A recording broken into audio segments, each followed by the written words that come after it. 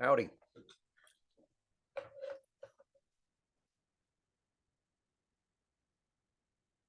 Oh, are you muted? There you go. Wait a minute. I'm not hearing you. Is there some issue that I'm not hearing you? Hey, Barry. Now I hear you. Yeah, I had the mute button on my microphone turned on. There you go. I have to make a doctor's call. Turns out my cat last week had some serious condition, went in, and you won't believe this, for $2,000 worth of a battery of tests. And the doctor called yesterday. I need to get the results. So I'm going to make you host. Okay. I'm going to admit Stacy. I'm going to make you both co-hosts. I got to go talk to the doctor because they open at 8 o'clock. And I missed the opportunity yesterday, so I don't want to miss the opportunity today to find out the details. Because this is my 21-pound cat. It used to be 23 pounds. Wow. So I got to go find out what the $2,000 worth of tests are going to tell me about this cat. Holy. No, I'll tell you one thing. It really pissed me off. Stacy? Yeah, I'm here. Pissed you off too, okay? Yes. I found out that this cat, the one that came about a year and a half ago, was 16 pounds and grew to be like 21, then 23 pounds. Last week started sneezing a lot and then having eating problems, didn't want to eat for a couple of days, so took him to the vet. Gail took him to the vet. And so they said, well, we got to run a bunch of tests on him. And, I have pet insurance. So I said, okay, fine, just do everything, you want. So they did everything, $2,000 worth of tests. And one of them was an x-ray. I found out the doc came out and said, there is either bird shot or BB gun shot, like 5 or 6 under his skin. And it just pisses me off that somebody would have shot a cat, especially one this genteel and loving and human oriented. And evidently it was a while ago, a long time ago, because it's healed over. There's nothing you can tell from the skin. You can only see it from the x-rays. And so I just want to find this person that shot this cat. Is there any chance of actually finding out who it was? No, there's no No, way. no. Didn't have a chip in him, so I put a chip in him when he came around and decided to stay. And they basically said it's not worth taking out because these BBs evidently are just like a piece of metal, just like the chip that I put in them. It's not doing any damage anymore, but it's in his body. So I can't imagine whatever creature did this to a cat. Anyway, so there's my rant. There's my expression of animosity towards whoever did this. Anyway, I'm gonna go call the doctor now because they're gonna give me details. They just left a voicemail yesterday, so I'm gonna go find out before too late. Okay, so Well, I'm not going to be here, so I don't know who Barry's going to talk to because I put a message that I can't be here, but I just came on for 2 minutes because I had sent. Oh, Sam's here, so okay, so he could talk to Sam. Because I sent Barry, I had forwarded something to Barry, which you guys will be interested in. It has to do with AI, and I just put a little note because my comment was just that Josh was here too. They described a Socratic dialogue, an AI Socratic dialogue, and it was Socrates and the boy. And my thing was, it's coming from Princeton. Can somebody gently tell them it should be Socrates' child? Because, there's a little bias that if you point it out in the beginning, maybe we won't have that kind of bias, like that we will later say it's not a big deal. So let's start it here. So that's why I came on. So now I'm going to go back off into the background, finish getting dressed, and I'll probably drop off in about 15 minutes. Sam, before Stacy leaves, you haven't made me co-host yet, or host, or whatever you want to make. I did. Oh, okay. Hi, Sam. Okay, I'm gonna make all of your co-hosts with. Hey, Sam. I took my cat in for a battery of tests. One of the things I found out was this cat either has bird shot or BB gun shot and I got to go figure out what else they found. So they opened at 8. I want to make sure I get the call before they close and get too busy. I'll be back as soon as I talk to the doctor. Okay. And you guys are both co-hosts right now. Yeah. Okay. All right. Sounds I'll be back. You will. Let's Just me see. and you, Barry. Sorry, say that again. It's just me and you. Well, Joshua's here. Let's see if Joshua wants to Come on, Joshua, you can do it. turn on his mic and camera and say Oh, hello. no, I'm here. I'm just getting up and I can't come to the video, but I'm here if you Okay, good. Okay, yeah. So we'll assume you're listening in and taking care of your morning ablutions. Yes, sir. There's a word you don't hear very often, morning ablutions. What does that mean? Toiletries, getting dressed, combing your hair, brushing your teeth, all the Okay, things that you do sort of in the privacy of your bedroom and dressing area before you're ready to be seen in public. got it. Got it. Morning routine. Got Yeah, it. just, making yourself presentable for the world. Yeah. Get yourself ready. Yeah. It took me a long time for me to realize that to get ready is actually respecting the world or presenting yourself. Yeah. So it's like for me, I grew up in a small village, so we don't have that world thing. So I was just going to mention, I'm going to find it here. Stacy's not going to stay on for very long, but she did drop a message into the messenger. I don't know if you saw it. Okay, let me check. No, Let me just. I only sent it to you, Barrett. Oh, you only sent it to me? Yeah. Oh, I thought it was in the. Let me just see if I can find it then.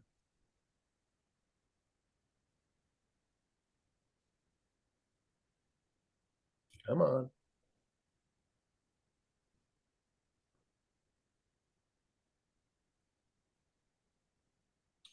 Okay, let's find it here. Okay, yeah. Okay, so Stacy this morning says, in case you haven't seen, thought you'd find this of interest. And then I'm going to take the link and put it into the Zoom chat because I haven't looked at it yet. This came in about an hour or two ago, I think. Okay. Make sure that and it is, I guess it's a video. Well, no, I don't know if it's a video or not. Yeah, I think it's a video. It's called The Socratic Method for Self-Discovery in Large Language Models. Hmm. So It's a blog post. Oh, it's a blog post. Okay, it's a blog. Okay, so it's not a video. There's a video within it. There is a short video. A short video. Let me just load it here. I can also share it once I bring it up here. I can see it here. Just to see, but first I want to basically get an idea exactly what it is. It's a 29-minute read of the text. Hmm. And it was dated May 5th, which is just about a week ago.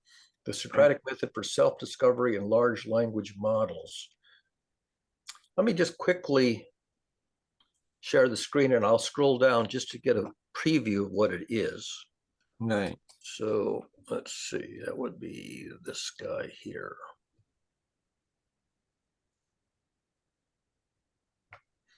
Okay, you're seeing that, right? Yeah. Okay. Thank you. Socratic Method for Self-Discovery in Large Language Models, 29-minute read, dated May 5th. Starts with a quote from Plato, and then 3 key aspects that hold potential capability in the. So it's basically the application is large language models, the chatbots, and basically what they're good for, and interesting because when I talk to them in those little sessions that I do, I often do go into the Socratic dialogue mode to see if I could lead the chatbot to co-construct with me some observation or insight that isn't necessarily in its a given knowledge base. So yeah, rethinking prompting for knowledge and reasoning. So those little AI whispering dialogues that I've been publishing, they're basically, I think, what this is probably talking about. Not so much collaborative problem solving, but basically, can I get the chatbot to understand something that it didn't already have in its training? And then there's a whole rest of it here. Platonic epistemology, a couple of very simple. This was the part that I was just putting my 2 cents in. You don't I like would the have, fact that it's I would have boring. liked if somebody would have pointed out before they, you know, to just change it to the word child, something so simple before they start spreading the idea would have been a nice way to eliminate some bias. You remember that the dialogue that I wrote with the child and God, it was a little girl. Remember that one, Stacy, that you and Joshua read? Right. Well, but sometimes you need to counter what's there. Now, Yeah. so you went to girl to counter boy, but now let's have a fresh start and start with child. Yeah. Or give the child one of those names that Tracy or Pat. You know, there's a bunch of names that you can't tell the gender from the name. Well, without getting picayune over a name, I prefer child because this is an this is like more like the laboratory. So I would like it to be very neutral as opposed to picking a name. Yeah, But anyway, yeah. So that's why I anyway, sent this to you. anyway, that's short. We can actually recite that one. That's short. And then it talks about prompting and the prompting is an art. Yeah. Then it gets tedious. Okay, I'm just going to scroll quickly. There's a couple. So we'll hold this in abeyance until maybe until Joshua's more in attendance, because I don't think he can do his morning ablutions. Well, the stuff at the bottom we probably won't go into because that's code and stuff. That's going to be very dense and tedious. That's why it's 29 minutes. So yeah, I'm just going to stop the share here for the moment. But maybe just the first part of it is the part that's relevant, and then getting down into the weeds, we'll not have to do that. Yeah. Well, that's why I sent it to you privately, Barry, because I didn't want to like bombard people that weren't interested. But since I'm not here and since it's just you guys, you probably are interested. So I'm gonna go. Have a great day. Thank you. Okay, have a good and happy Mother's Day. Thank you. I'm gonna listen in the background for the next 10 or so minutes. Okay, that's fine.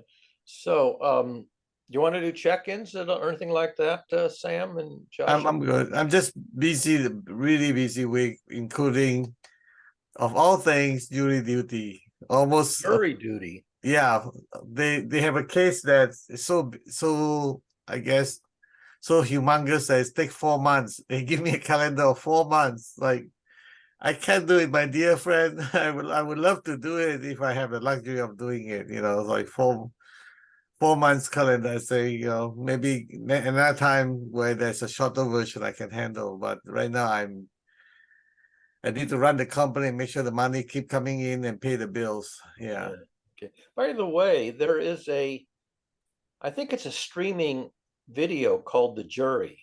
Have you heard of it?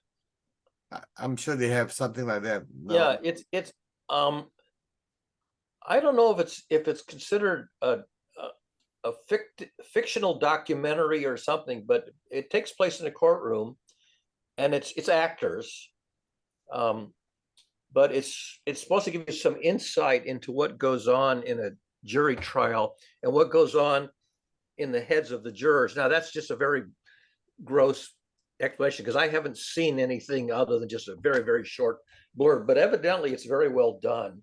And it's on one of the streaming channels. I'm not sure which one, Netflix or one of those like that. And so if you do end up having to do jury duty, even if it's a short one, you might want to at least take a look at that series and video series and see if it's anything worth watching. I was on a 2 jury trials since I moved to Boston. And the first one, the first one is, I'm going to tell these stories. You can stop me if you think these are boring stories. I'm good. Go for it. The first one, a guy had been arrested in front of his own house in his driveway. I think it was in front of his driveway late at night. And he was arrested because the police had received a report of a burglary in the neighborhood. And so the cops were going up and down the street of that neighborhood looking for something to respond to this call.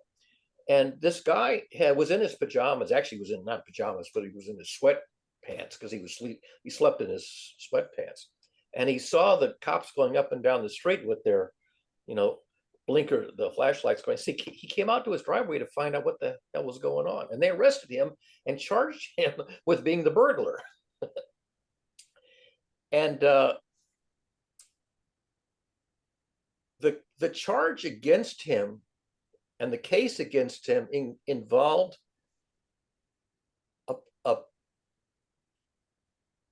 crime of being in possession of, now get this word, burglarious tools.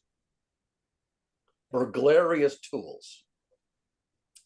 Turned out that the burglarious tool was an ordinary screwdriver. Wow. Which was in the guy's car, which was in his driveway. So they arrested him and claimed that he was the burglar and that the burglarious tool was a screwdriver. And they arrested him and basically claimed that he was the burglar. So the case went to trial here, and we sat through it. And the trial ended before there was time for the jury to retire to a verdict. So the judge says, "Okay, you've all heard the case. The jury will then consider the evidence tomorrow morning, but you can all go home for the night." So I went home and I wrote up a 2-page summary of the case, mainly because the way I think things through is I write things up. That sort of gets my through. And in my assessment, the cops had not made their case. They didn't have really any evidence that this guy was the culprit, and the whole thing seemed like I won't say frame up, but they arrested some random guy, and they didn't really have any evidence that he was the guy who was responsible for actually it wasn't a burglary of a property. It was attempt to steal a car from the person from the driveway of somebody's house, I think it was. Anyway, it's not the point. So I write this thing up and I print out a couple of copies and I go in and the jury discusses the case, and very quickly we come to the same conclusion that I came to, that I had written up. I mean, literally verbatim. I mean, hardly any discrepancy at all. Okay. And so then we go out and we deliver the verdict, and the cops had not made their case. There was no real probative evidence that they had found the right guy.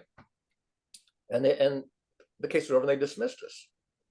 Now, in a jury trial, there are alternate jurors who are kept aside in case one of the real jurors suddenly is unavailable. So the 2 alternate jurors were not in the jury room when we deliberated, although they were present during the presentation of the case in case they had to substitute for somebody who didn't show up. Okay. So on the way out, the 2 alternate jurors says, because they were not in the courtroom when the verdict was read. They were sitting out, they had to be seated outside. So they went outside, and the 2 alternate jurors says, what was your decision? And I go into my pocket and I pull out this thing I'd written up the night before. And I said, "Here's what we decided." And the person startled says, because here's a printed document, 2-page. She says, "When did you write that?" I said, "Last night." So the first case was just, showing that the cops basically were bogus. Yeah. The second time I was called to jury duty, I think it was the second time. maybe there were 3 times. Oh, one time, the lawyers had settled without going to trial. So we're in the jury waiting room, not the waiting room, but the juror waiting room, and there was no case. So that one doesn't count. But what I did do is on that, whenever you fill out a juror card, your name, your age, your highest level of education, and whatever other stuff that's on the juror card. And then at the bottom, there's a paragraph where you can write anything that you think you want to disclose that may be germane. And so I had taken up, not only, I think it was only in 3 cases, or at least, and maybe in the first one I didn't do this, but in the bottom box, I write down, and you have to listen carefully. I write down, I disbelieve in the Hammurabic method of social regulation. Okay, you need to explain it to me. I disbelieve in the Hammurabic method of social regulation. Okay. So in the first case, we don't, the lawyers settled, we don't have a case. The second time I get called to jury duty, and they do call us down. Now, when they call all the jury down, and one by one, they go through the potential jurors deciding whether to go ahead and seat them on the jury or to dismiss them. So they get to my card, my number comes up, and the judge and the lawyer and the prosecutor read my card, and I could see them startle when they when they read this sentence at the bottom. So the judge calls me up to explain in more detail what I'm saying here, and I said, I believe that there is a treatment that is effective in improving a defendant's future behavior. But I don't have any faith that the treatment that you contemplate here will improve the future behavior of any defendant. And he says, well, but can you perform the duties of a juror just fine? I says, yes, I can perform the ritual just fine. But I have no faith that the outcome is what you pray for. Yep, agree. So they dismissed me, which is not too surprising. So I go out the door, and the clerk, the court clerk, is there. Now, at this point, I have no idea what the charge is against the defendant. They haven't revealed that to us when they're sitting the jury. So I asked the clerk, I said, oh, by the way, I said, what's the charge against this defendant? What's he on? And she looks at the paper and she says, habitual offender. He had been through the system so many times, and his behavior had been getting worse and worse and worse. The very case they were trying turned out to be evidence to support the thesis that I says, I have no faith that the ritual you contemplate here is going to improve any defendant's future behavior. Bingo. So that's sort of the funny one. Yeah. But I ended up not. And then after that, I was beyond whatever it is, age 70, where you can simply say, I'm age 70, I don't want to be a juror anymore. Yeah. So after that, I basically turned it down. I'm sure you all know the terminology that you can design something, but make sure you can manufacture it, right? So not design for manufacturing. Yeah. So I knew that in the future I would probably be dismissed. So it's a waste of time to go there. Right. You have to get up at 7 o'clock in the morning and put on a jacket and tie and drive some crappy place and park and sit around all morning until they have a case. And then they're going to say, well, if you disbelieve in the Hammurabic method of social regulation, whatever that turns out to mean, we don't want you on the jury. Right. So I might as well just say I'm 70 years old. I need you to type that out for me on my messenger, on the Facebook messenger, so I have it. The next time I'll reuse that terminology for my August version or something. Yeah. I totally agree. I thought about it. In fact, I'm grateful I went through this round of selection process, all that. First of all, I called the court. They say that my batch number was, or whatever they call that, they're so long, it's like 415, group number 415. I'm like way behind on the list. So I was like, no way in hell you go get called. That's what she told me. The clerk called me on the phone, right? So I was surprised that on Wednesday I need to go there. It's like, oh, Thursday I need to go there. Like, what the hell? And I found out that it's a 4 months long. They have the whole 100 juror in the room. They're going through that like machine guns. Man, I tell you, I think double murder case or something along that line or something like that. So it's like, and I wrote down like I'm a owner of a small business. I'm responsible for generating 50% of the profit in the company, and I can't afford it. It's like, and the judge told me, when's a good time for it? I say, well, something shorter, like in August, and give me a week or two. I was like, how long was the case on the first one on the guy with a screwdriver? How long was it? That was one day to hear the case, and then the next morning for an hour or two That's to done. deliberate the case, turn in the verdict, and then go home. So Right. it was basically all of the first day and half of the second day. Right. Yeah. In California, don't even that's not even the case yet, because unless you steal something over, I don't remember anymore, like $5,000, they don't even care. Yeah. Yeah. So so that's my story about jury duty. Joshua, you want to say something while you got your... Oh, that was about 10 a minute and a half ago. I don't know. I was just going to chime in the conversation, but if you're ending the conversation of jury duty, I was just going to say that if they can dismiss you when you get called in for jury duty, can't you dismiss them? Because it says under penalty of law, you must do it. But I've never heard of someone going to court because they didn't go to court. I don't know if you guys have ever. Oh, I know what you mean. Yeah, it's a requirement to be available for jury duty, and I don't know under what conditions they excuse you. But I think by law they can, but I don't know that they ever have. They probably won't bother. Exactly. So I don't know that for sure. So technically, they say if you do not go, that. Oh, you're frozen. I don't know if you can see that. I'm doing a frozen thing. Yeah. So about 20 seconds. Usually comes back in 20 seconds. Did you know that you were frozen? I did know that I was frozen. I don't know where I froze, but I just said the consequences of not replying to a call to come to jury duty. What are those consequences? Yeah, and the answer is I don't. I think it probably varies from jurisdiction to jurisdiction. Yeah. But I don't know of any case that becomes a federal case, quote unquote, for people not showing up. They probably don't bother.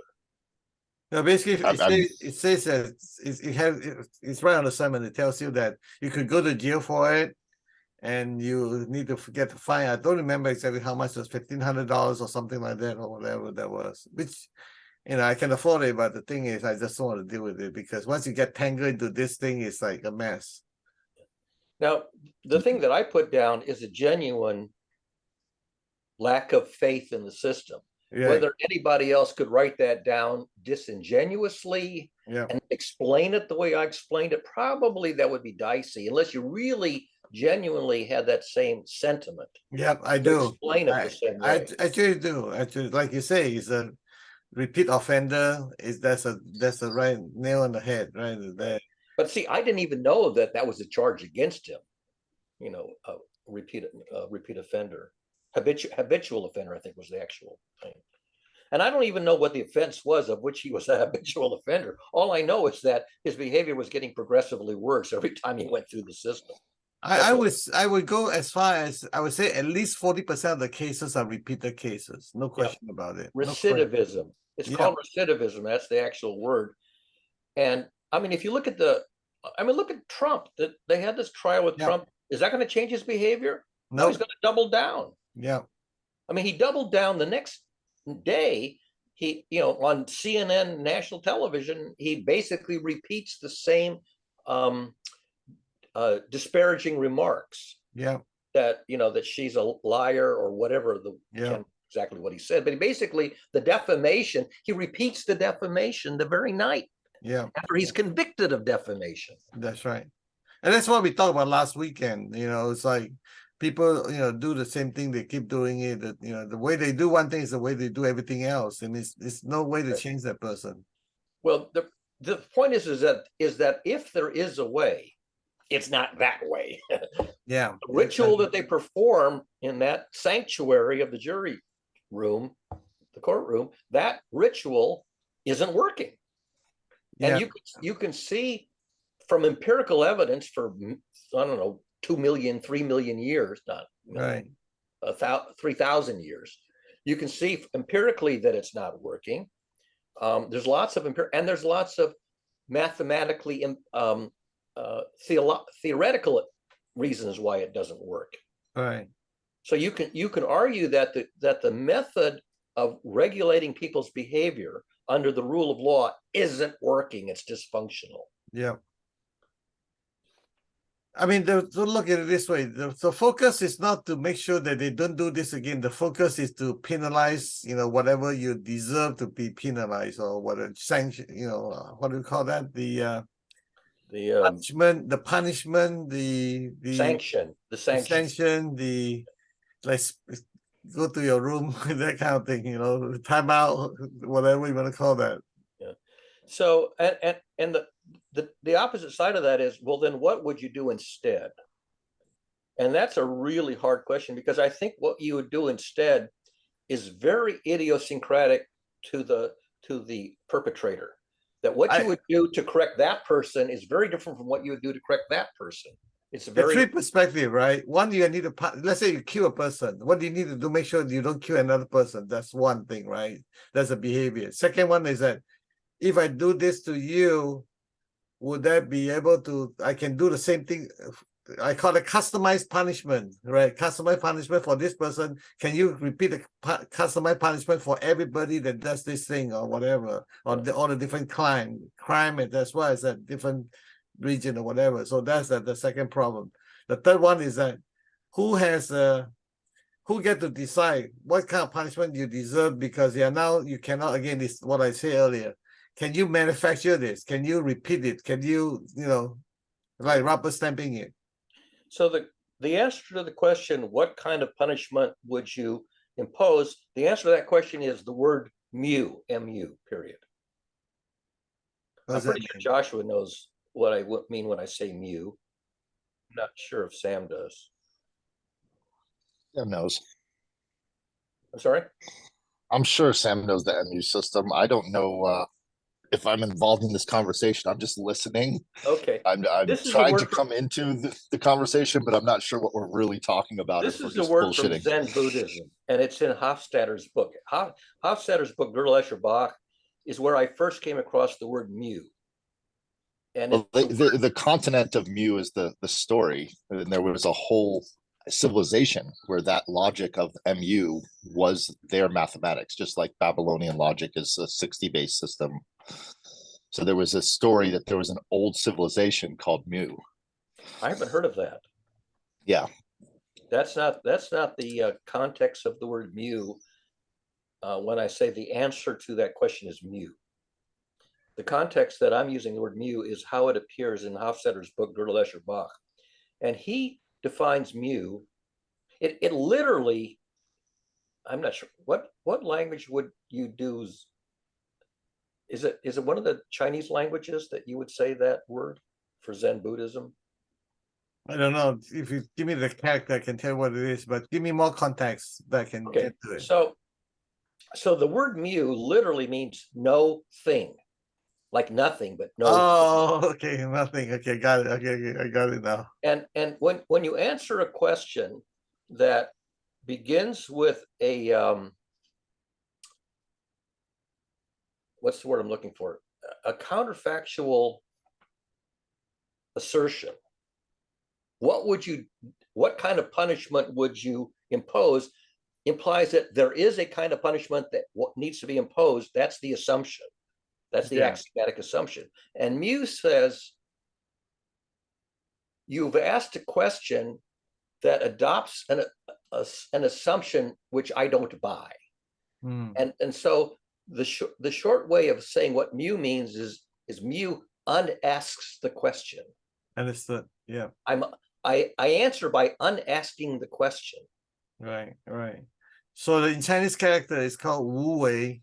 Wu means I'm doing something, but I'm not actually doing it. Or I name you, but I'm not actually naming you. Because as soon as I name you, you are no longer the person name, because now you are attached to a name, and the name doesn't really truly represent who you truly is, or whatever. It's action through inaction. Yeah, that's The action is to do nothing. Yeah. And not only to do nothing, but to say, I'm responding by not responding. Yep.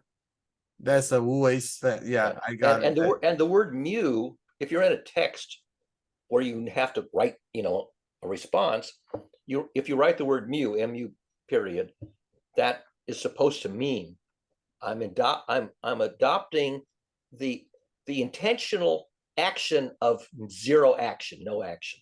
Right. The question is, how do you implement it? How do you put it in the system that's manufacturable, meaning they can rubber stamp it everywhere? Well, I'll tell you some street language in American English. Somebody makes an assertion or an expectation, and you say to them, and this is American street language, get out of here. Okay. Get out of here. Okay. That's how you would say mu in, New York City, Bronx, or whatever. Got it. Get out of here. Understood. Thank Now, you. the way you would say get out of here 2,000 years ago, let's say in the Middle East, is you would say, get thee behind me, Satan. It means the same thing. It's just written, it's just said in a idiom that you would have said it 2,000 years. So when Jesus says, get thee behind me, Satan, to his best friend, his best friend, his best disciple is making a proposition to Jesus, and Jesus wants to dismiss it. And instead of saying, get out of here, Peter, he could have said, get out of here, Peter. You're out of your mind. It doesn't say, get out of here, Peter. He says, get thee behind me, Satan. Satan just means adversary, somebody who's taking an opposite perspective. That's all it means. It's just the word adversary. It's not a supernatural being. It's just the word for an adversary, an antagonist, somebody who's arguing the other side of the question.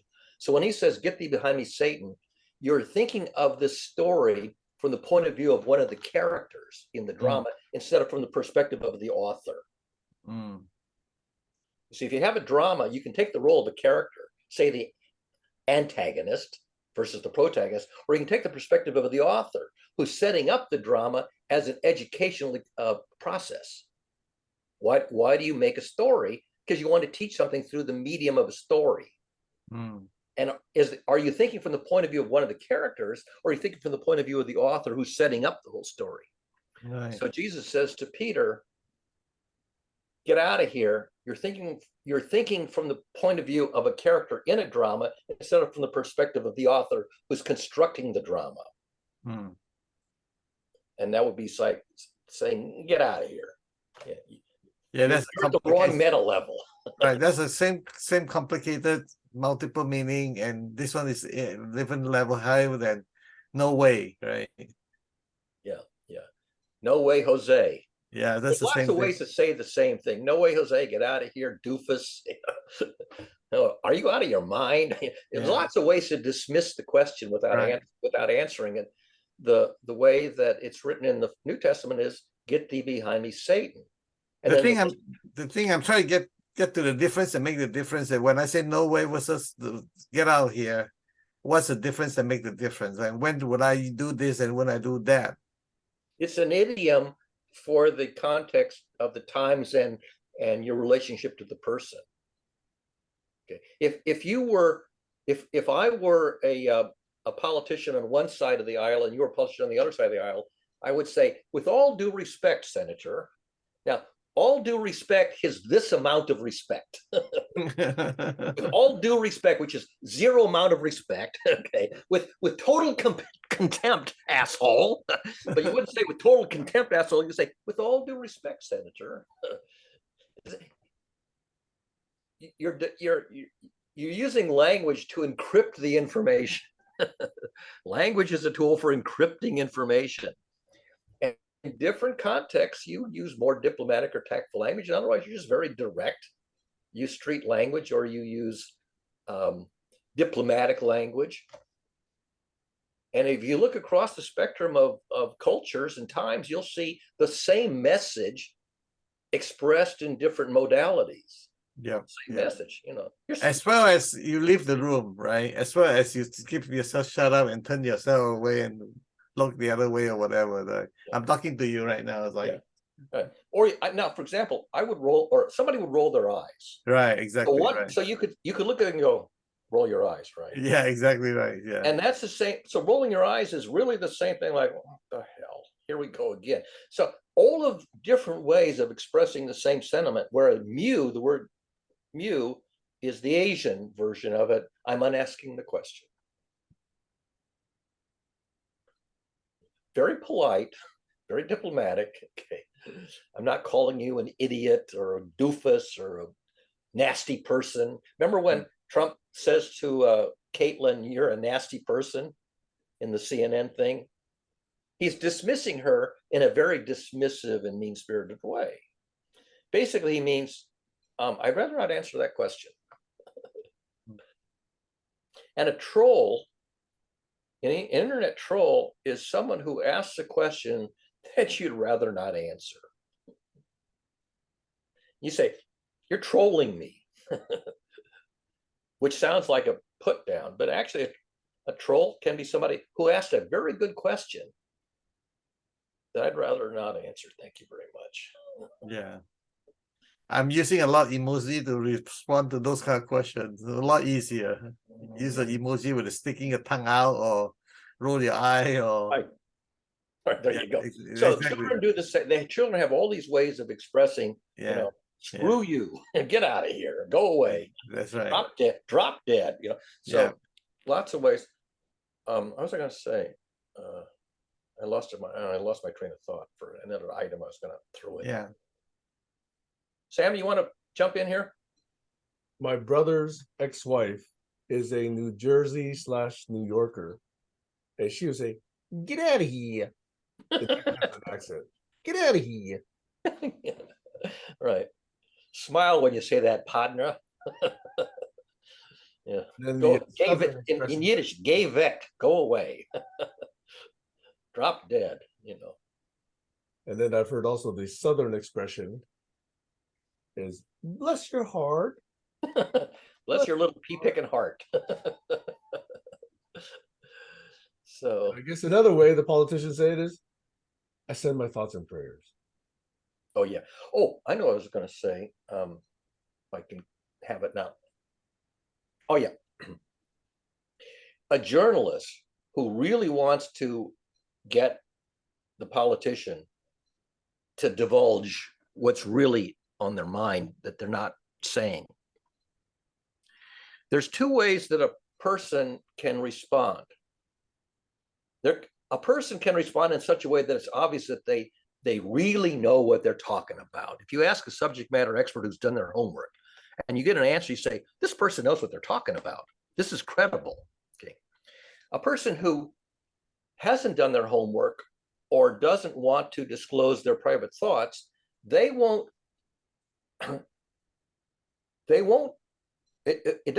sound like they know what they're talking about. Instead, they will talk about what they know.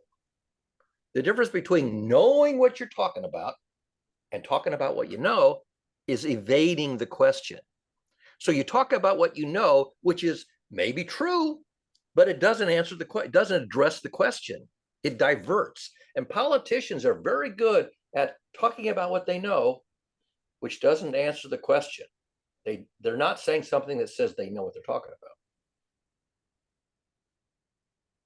I would say that it's not only for politicians, for a lot of other contexts as well. A lot of times, because think of it like a 5-year-old asking you a question about how to make a baby. Right. How would you answer that? Like, okay. Well, let me say, this is John Kennedy. Let me say this about that. He would answer questions like, let me say this about that. And then he would say something that was, very interesting, and it was about that in some sense. Yeah. But it didn't really divulge his thinking on the policy. He would basically dance around it. Right. You have something in the center of the circle that you don't want to mention. So you dance around the circle. So And it's just, so multiple perspective. One is like you don't have the knowledge to understand what I'm about to tell you, or versus like, did you get drunk yesterday? Like you want to avoid a question that you know the answer and they expect the answer, and like you want to avoid it so they won't get into trouble or something like that as well. well, I was very happy yesterday. So there are these great lines that, you know, really good statesmen and politicians and philosophers or whatever develop these great lines that are slightly amusing, but beautifully evade the question. And there's a whole set of these, you know, from famous people who have these great lines that are dismissive in a funny and succinct way. Yeah, I did not have sex with that woman, right? Remember that? Very emphatically with gestures. Yeah. I was just seeing a bunch of them listed yesterday. Unfortunately, I don't have a good tape recorder, so if I don't write it down, I lose the exact quote. But Churchill had one. Oh, there was one. Mark Twain. Somebody dies, and he's invited to the funeral, and I'm trying to remember how he said it.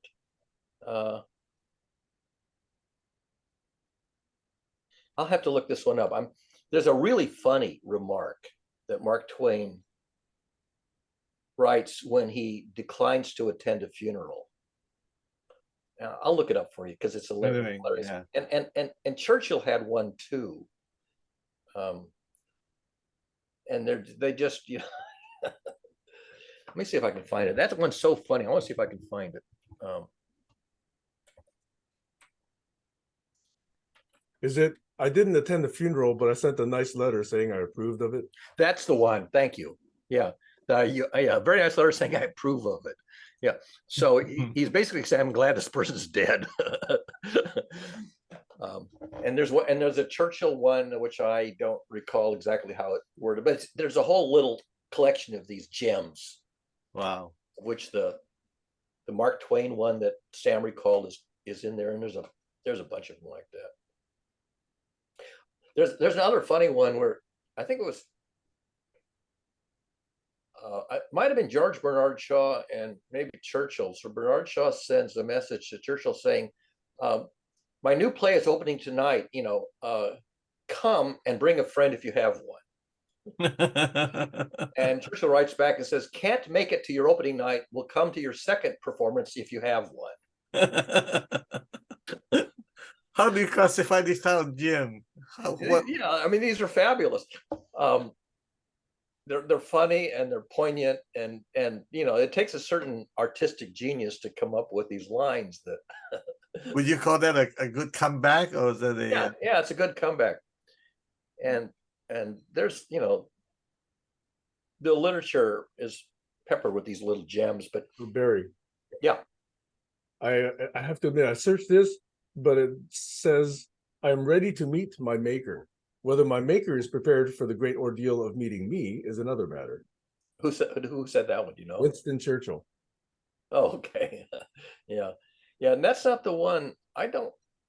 Unfortunately, I have a terrible memory for, you know, cache memory. That's why I have to write stuff down and have it available, or otherwise I won't be able to pull it up on short notice. But because yeah, when you write it down, actually you're using your kinesthetic muscle memory to help you to memory as well. Yeah. But if you read it again, you use your auditory to imprint it back to your memory as well. Yeah, I as you can tell, I'm not an orator. That's not one of my skills. I'm a pretty good writer because I can take the time to write stuff and fix all those little glitches. Off the top of my head, oration, forget it. I'm just not going to be there. I mean, this is almost the only. Sorry, what? You're doing fine on Saturdays and Sundays. This is the only time that I basically talk extemporaneously off the top of my head. Most of the time, you know, I'm on the social networks and I can take as long as I need to do this and, you know, get everything. What's the difference then, Barry? Why do you feel comfortable doing it here versus elsewhere?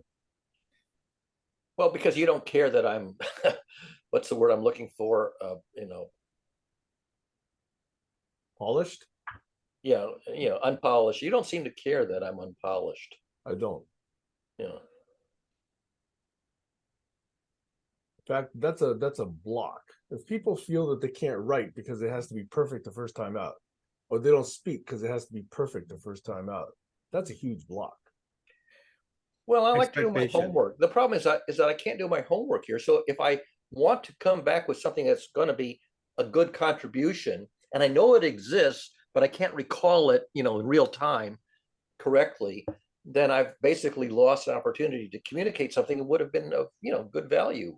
You would have gotten a smile out of it, and maybe even an insight. And I'm poor at that in real time. On the other hand, I don't know that anybody reads what I write on the social network. So maybe I'm writing it and there's zero audience. Or there's an audience who faces there, but they're actually thinking about something else and they didn't know. They weren't, and that's my deficit. I'm a terrible listener. And somebody can be talking and then they'll say, what did I say? And I'll say, well, I couldn't tell you. I don't have a tape recorder up here. So how do you calibrate yourself as a terrible listener? How do you know that the feedback is coming in and I'm a terrible listener? How would you measure? Well, first of all, it runs in the family. So I know it since my childhood. And when I was a child, I would jabber, I would talk. Basically, stream of consciousness talking what I'm thinking, I'm talking out loud. And my father, who, like everyone in the family, my father can listen for about 5 minutes and that's it. That's maximum. He would make fun of me yakking. And the way he eventually ends up making fun of me is I would be yakking away and he would go, yakety yak, yakety yak, yakety yak. Now, I didn't interpret that correctly as Barry, shut the fuck up. Because he hadn't said it that way. So he was trying to be very, congenial, but I never got the message that I'm talking beyond the listening capacity of who I'm talking to or at. And my mother could talk for 30 minutes on the phone, and I have no idea what she's saying. She could talk at me for 30 minutes. I'm sitting there with the phone, and I go, I have no idea what she's talking about. I couldn't pull a single predicate out of any of that stuff. And one time, I'll tell you an interesting story. So one time I realized this is a problem. I got to figure out how to decode what my mom's talking about. So I had a college dictionary there, and I'm laying on my bed with the phone, and my mother's talking about the rose garden. She's got a garden, in the back of the house, and she's talking about the roses. And so I look up the word roses in the dictionary. And it says a rose is a flower that has thorns on the stem. I go, thorns. Mom, are you talking about a thorny problem? Yes. She was using roses as a metaphor to refer to an otherwise unarticulated thorny problem on her mind.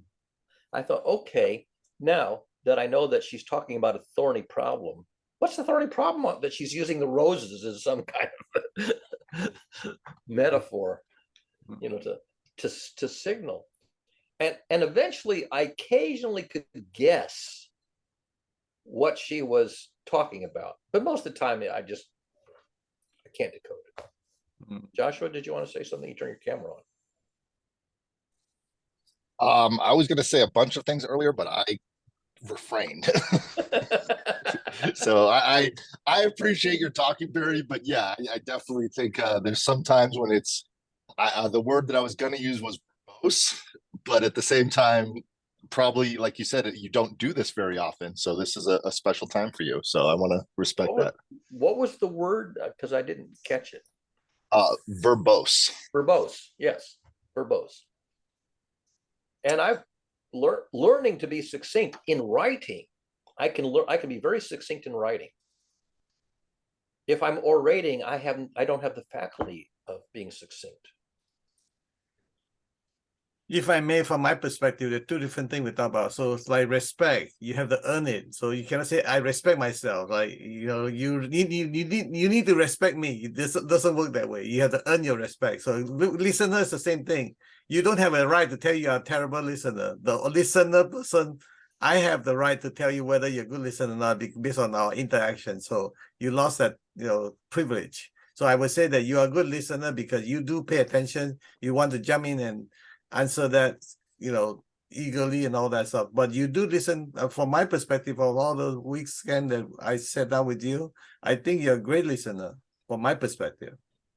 Well, maybe you don't have a lot of audiences to compare me against. I don't know. No, you're a great listener, Bear. I've talked to you for a long time, and I think that's absolutely. It's not a case of the skill set; it's a case of we're just talking to talk. So when you're talking, I'm happy to listen to you talk, and I come on here to listen to you and to listen to Sam Chen and listen to Sam Han, and I'm here to share knowledge and share stories and to do what we're doing. My goal is to say something that's interesting, relevant, informative, not dull and boring and inaccurate. And that's not easy to do. And a lot of topics, the topic will come up and I'll just basically say, well, I'm not in this conversation. I got nothing to contribute that's relevant, interesting, entertaining, and, insightful. On some topics, I think I could contribute something here that will enlarge the total knowledge of the community. And when that happens, I'm happy to spout, probably at a deeper level than is appropriate. Too much information, the old TMI, I'm guilty of that. Well, if I may invite you to do right now would be, Barry, why don't you type in the ChatGPT 4.0 and ask how do you define a good listener, or what a good listener should do, or whatever that is. That give you a perspective that I think I have in my mind that it doesn't quite match what you just explained about what a good listener should be. How would you characterize I have to spell things right here. Characterize a capitalized quote, good listener. Question. How would you characterize a good listener? This is GPT-4. Thank you.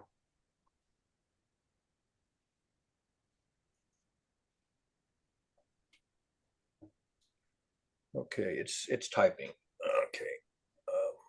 I'm going to have to read this because it's going to be too, well, I mean, I could share the screen, but it's going to be kind of You can copy and paste into the chat. it's going to be too long for that. Okay. It's making a list, a numbered list.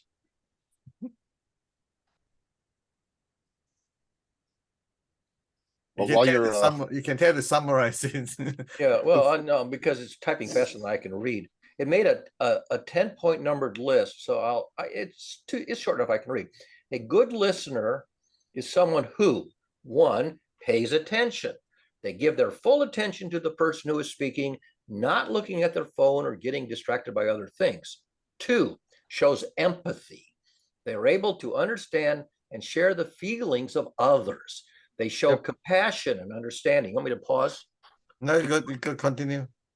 Three is non-judgmental. They accept the speaker's perspective, even if they don't agree with it.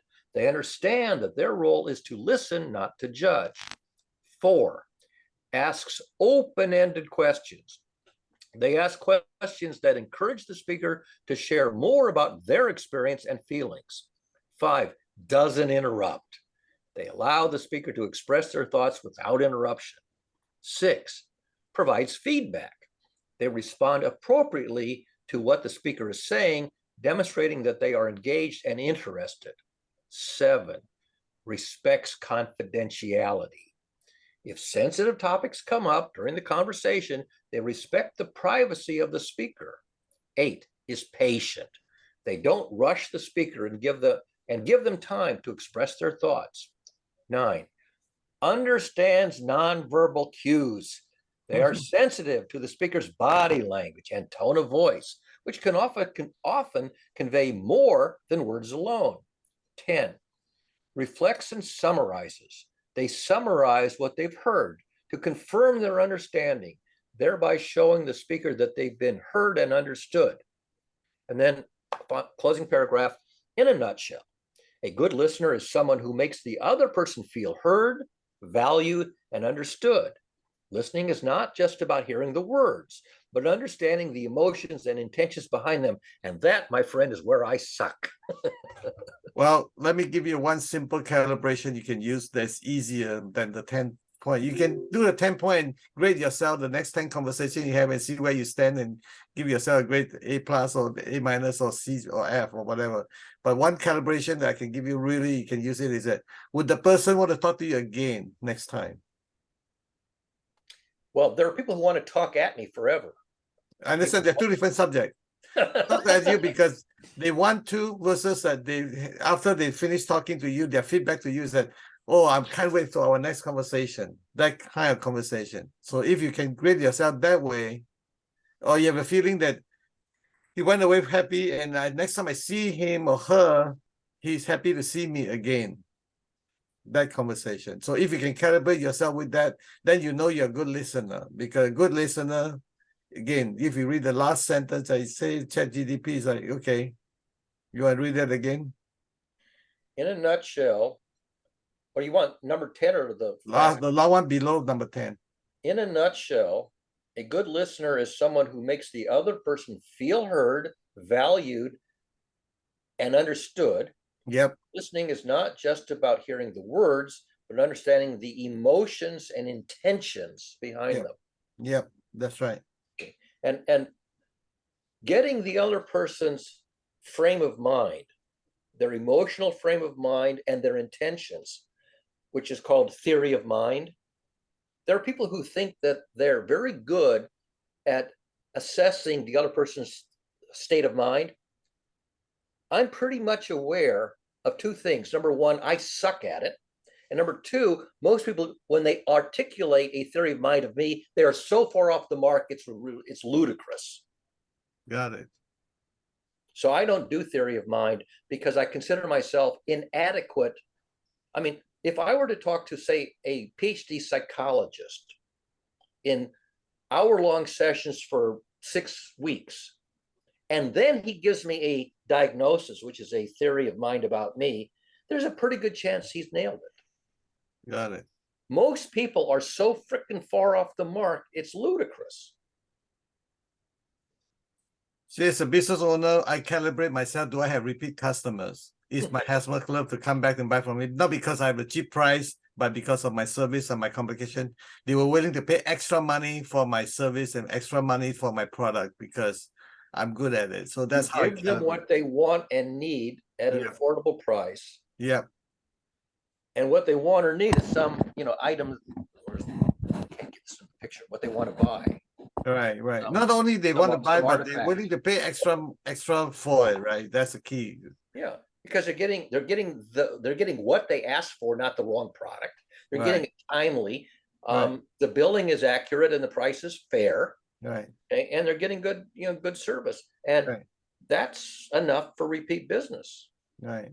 Yeah. So I invite you to use the 10 list, like read yourself, or print it out on the wall or something like that. You can say, okay, I got an A on this one, B on that one, F on that one.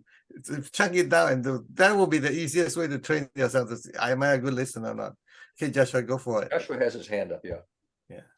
Oh, I was just going to introduce an AI I found this week from Silicon Valley, from a company called Inflection AI, and it's called Pi, and it's a trained language model that's supposed to be more helpful. It's like how can I help you? And it's even got a voice prompt on it, and they have an iPhone app for it. And it's I was hesitant to use it because I know they're going to collect all my data and blah blah blah. But I thought, let me just test it out. And I had the greatest interaction with it. I asked, it said, what are you up to? I said, I'm studying astrophotography. And it went, oh, that's a great thing to study. What camera are you using? What are you using? A tripod? Do you know the rule of 500s? And I started chatting with it, and it helped me to learn astrophotography in under 20 minutes. It was amazing. Pi.com, Pi.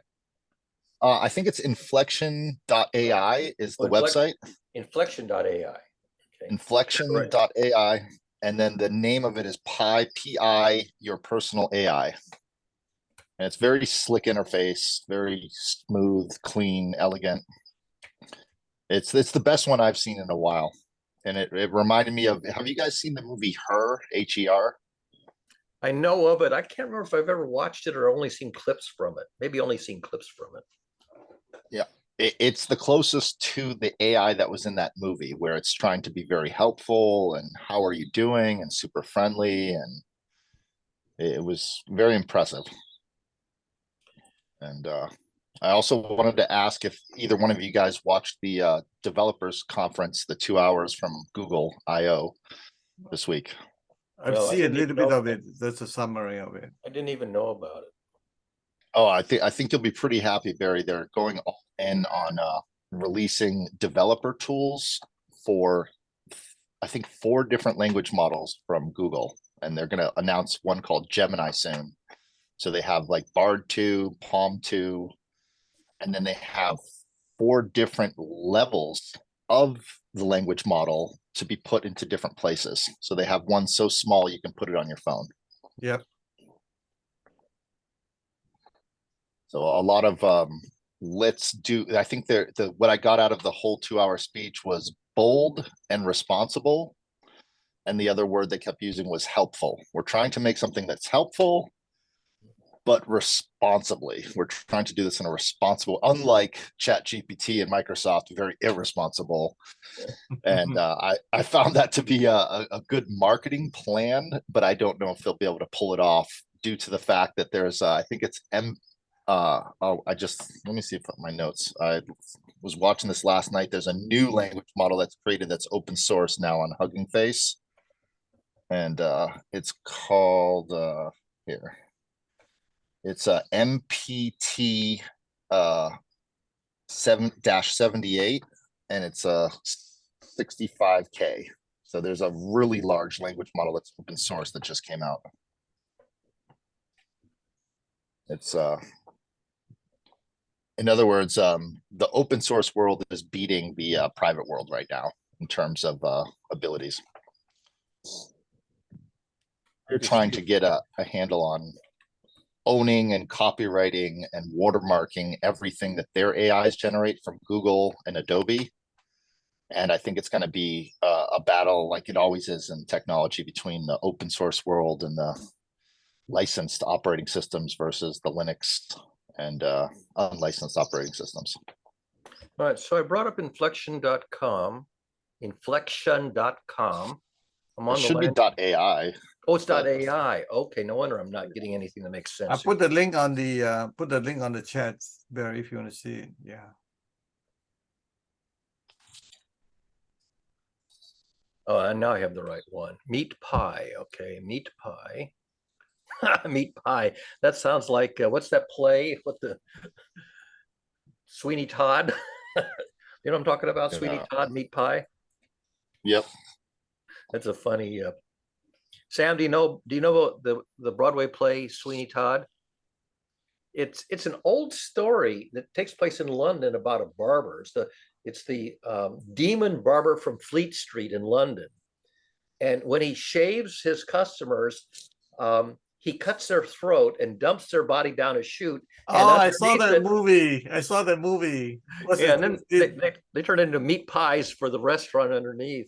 Yeah, I saw the Angela movie. What's the Lansbury name of the guy that did the pirate? What's his name? Johnny Depp. Yeah, he's the one that played the movie. I forgot what that's the movie. Basically, the barber shop, and they just flip him over, and then he slides all the way to the kitchen. Right, he goes down, and then they turn them into meat pies, and the best meat pies in London. It's a very dark musical. Angela Lansbury played. I don't actually know the name of her character, but she was one of the stars of it, and ran on Broadway for I don't know years.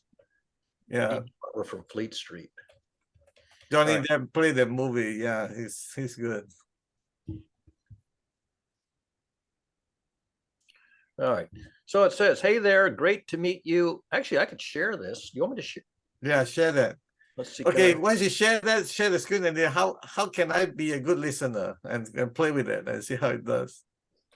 All right, let me just see if I can actually share this particular screen. Desktop 2. Yeah, the reason I brought it up because out of all the AIs, that was the best listener. Okay. You go ask a best listener to teach you how to be a good listener. I think it's a good thing to match. Okay, are Yeah. you seeing the right screen that says, hey there, great Yes. to meet you? Okay. Yeah. Yep. yeah. I'm going to say ready for this weekend. Meet, is this big enough? Yeah, I can read Okay, it. you can read it. Okay. I can read it. Because I could also increase the font size, I think. It's all good. So click on the bottom. There's a speaker at the bottom. It will actually read it to you.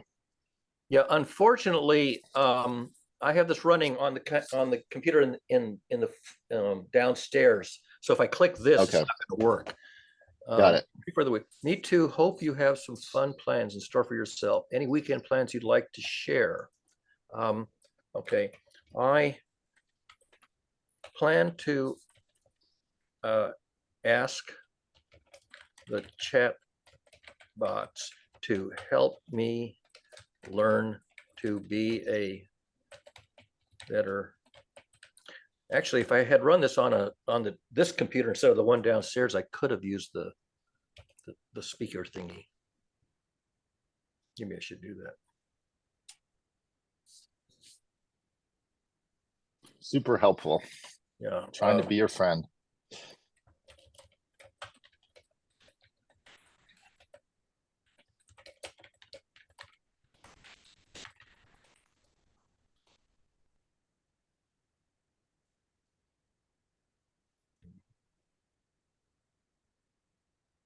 yeah, and see, you can't see. That's it. You can't see body language or hear tone of voice. So yeah, actually, that's a good point. Online, when it's only text, is not really listening. It's really, reading. It's reading between the lines. Let's start by focusing on one online conversation you'd like to improve. Do you have a specific conversation in mind? Perfect. Yes. I loved it. It kind of nailed it, I think, right there. Yeah. Give me one example. Okay. Copy and paste an example.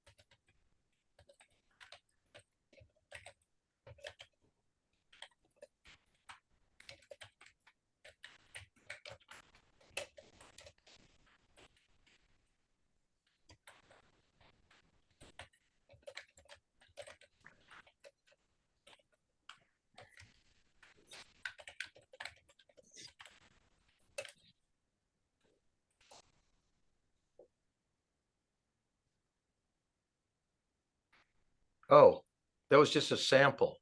I have to make an account. It's Um, trying to get you. All right, oh, here's the deal. Well, okay, let's fight. Use my phone, Barry. I have it. Let me see if it will use my Google phone. Okay. 339. I guarantee it won't. You can know that it's probably going to be the same as the Chat GPT Yeah, then I'm gonna have to go back and use. because Use in other words, mine, the use mine. business model behind this is just trying to collect as many people an account. Ooh, In other words, yeah. looks like it did. Let me go to. Okay. Let me go and see if it actually worked. I'd be very surprised if it did. Where is my Google Voicey thingy here? I lost it.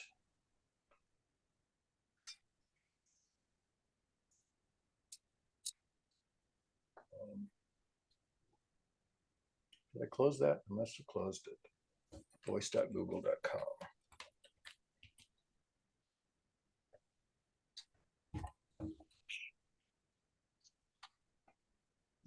Okay.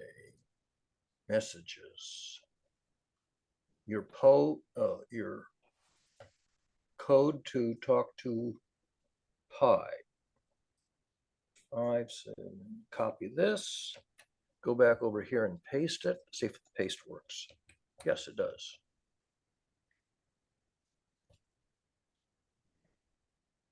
Word salad, ha ha ha. Great way to describe unreadable, nonsensical online communication. Sometimes, well, Pretty that, personable, right, Barry? yeah. You mentioned you used to help you make out sense. How'd that work out? I then pasted Chat GPT's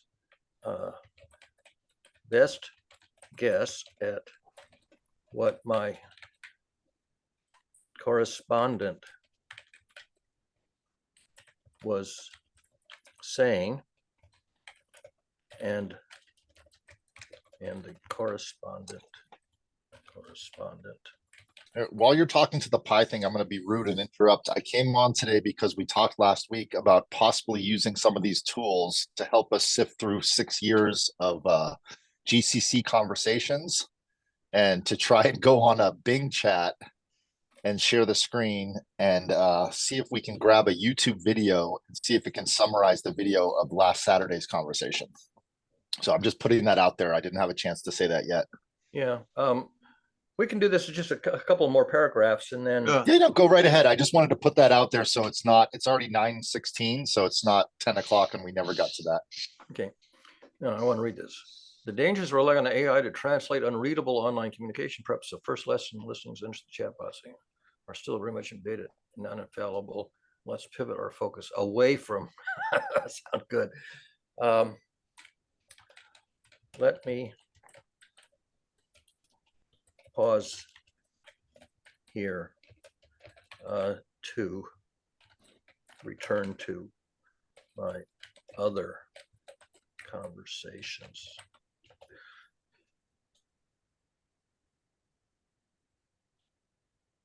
Okay. Now that's the most helpful tutor. Or when you were talking about listening, this was the first chatbot that I felt actually listened, as opposed to just spit out stuff that it thinks you want. Yeah.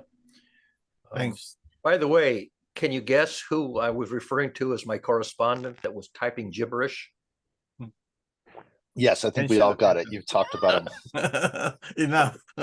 Yeah. By the way, after I broke off with him, and my friend Anne Marie gave me a big thumbs up, saying, "Finally, you did the right thing. You disconnected from him." And then I said to Anne Marie, "I predict that he will now find his next victim pretty quickly." That prediction I was a victim of Esteban years ago. My prediction came true within 2 hours. He turned to a friend, a correspondent named Noah, oops, wrong planet, Henderson. I don't know if you've ever seen his name on Facebook. And so what happened is that I'm now conversing with Noah, and I comment on Noah's timeline, and Esteban shows up and starts an interaction on another comment thread where I'm not in that other comment thread, and he exactly does the same. He starts doing the same stuff of writing this stream of consciousness word salad stuff with Noah. And so I'm talking to Noah in private message saying, "Oh boy, I thought this was going to happen. You're the next victim," and sort of gave him the whole backstory.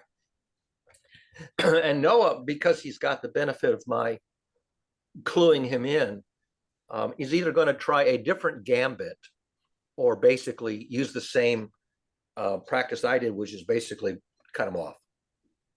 And it's probably going to happen today. But here's the one thing that's interesting, besides just cutting him off. You may have seen, at least I think Sam has seen this, in the last week or so, I asked the chatbots, how good are you at writing parables and allegories? Did either of you see that? No. Okay. Actually, why don't I stop the share here? There's no point in having the share continue. Yeah, you got it. I want to put this window back so I'm facing the camera because it moved me to the other monitor. Because one of the things that if you're trying to reach a child, you will use fairy tales and Aesop's fables and maybe some simple children's stories. And then a little older, you might use parables and allegories for a certain age. And then beyond that, you might use satire and parody for an older demographic as a way to communicate beyond just direct, candid communication. But I've never really tried to write fables or fairy tales or allegories or parables. I've tried to write satire and parody. And it turned out these chatbots are pretty damn good at writing parables and allegories. And so I don't know if you saw it, but I prompted it to generate a few of them, and I pasted them into Facebook, including one that I wrote expressly for Sam Han. Because a lot of scripture is written in the form of parables and allegories. They're not factual accounts. They're basically made up stories that have kind of a moral lesson to them, and the truth is in the moral lesson, not in the story itself. And I said to it, can you make a parable or an allegory to present to somebody who thinks that parables and allegories are ridiculous because they're fictional stories? And I sent that to Sam. Sam, you can respond to how you took that. Wait, which Sam? You Sam. Me, Sam. Yeah, you Sam. You're talking about something I haven't read yet? You posted Well, I posted it right in one of the one of the Facebook groups that you manage. Probably haven't seen it yet. Okay, but I'll tell you what it is. So I basically said, it says, yes, I'm very good at writing parables. Please give me a prompt and I'll generate a parable for you, or an allegory. I said, make an allegory for somebody who thinks that allegories and parables are pointless because they're total fiction. They're not real stories. And it made a parable about the value of parables and allegories to present to somebody who doesn't believe in them. So I gave it a challenge, and it wrote 3 different ones, essentially from the same prompt. And I posted them where Sam would see them, just to point out that you can present truths, sort of life lessons that are truth to be learned, but you use the medium of a made-up story to convey it, like Aesop's fables for children and parables and allegories for a certain class of people who are not going to listen to very abstract philosophical reasoning. And that's the one thing that I have never really attempted to master writing. I've written a few parables and allegories in that genre, but I don't consider myself competent at it. And so I've been using that mode, and one of the questions was, could I use that mode on my correspondent who writes gibberish? Can I make a request a parable or an allegory to present to that person, which I did, and it's somewhere in Facebook. And after it wrote a parable, I said, can you turn the text of the parable into poetry, which it did. And so this is a tool for communication that's beyond my normal wheelhouse. I wouldn't normally be able to pound out a parable or an allegory like you might find, say, in the New Testament, to introduce sort of abstract ideas to your disciples who are kind of, not systems thinkers. Would a metaphor fit into that category, Barry? Yes. However, you have to be very careful choosing metaphors, because when I would read poetry that used metaphors and was written by a poet, a century ago, I would have no idea what the metaphor was supposed to be referring to. I could recognize that they're metaphors, but I go, what is this metaphor supposed to be a stand-in for? What's the real name of the abstract idea or model that this the metaphor usually is fit into a situation that you try to solve the problem. The way I think about it is almost like a racket or bat. Like, you will not hit the baseball with your hand and palm. You want to use a bat for it. So it's like a tool, like you say, it's a tool for communication. It's a tool to communicate, a tool to get the balls, at high speed. Just yesterday, person said to me, you're not seeing the forest for the trees. No, I know this metaphor. So then I wrote to them, what is the name of the tree and what is the name of the forest? Because I don't know what he's referring to. These are metaphors which are like pronouns. Right. And I go, what is the name of the thing that focused on as opposed to the name of the class of things that you want me to focus on? I don't know the name of the thing you're referring to with this metaphor. Right. Got it. And so the point is that, the metaphor is lost on me because it's a pronoun that has no antecedent.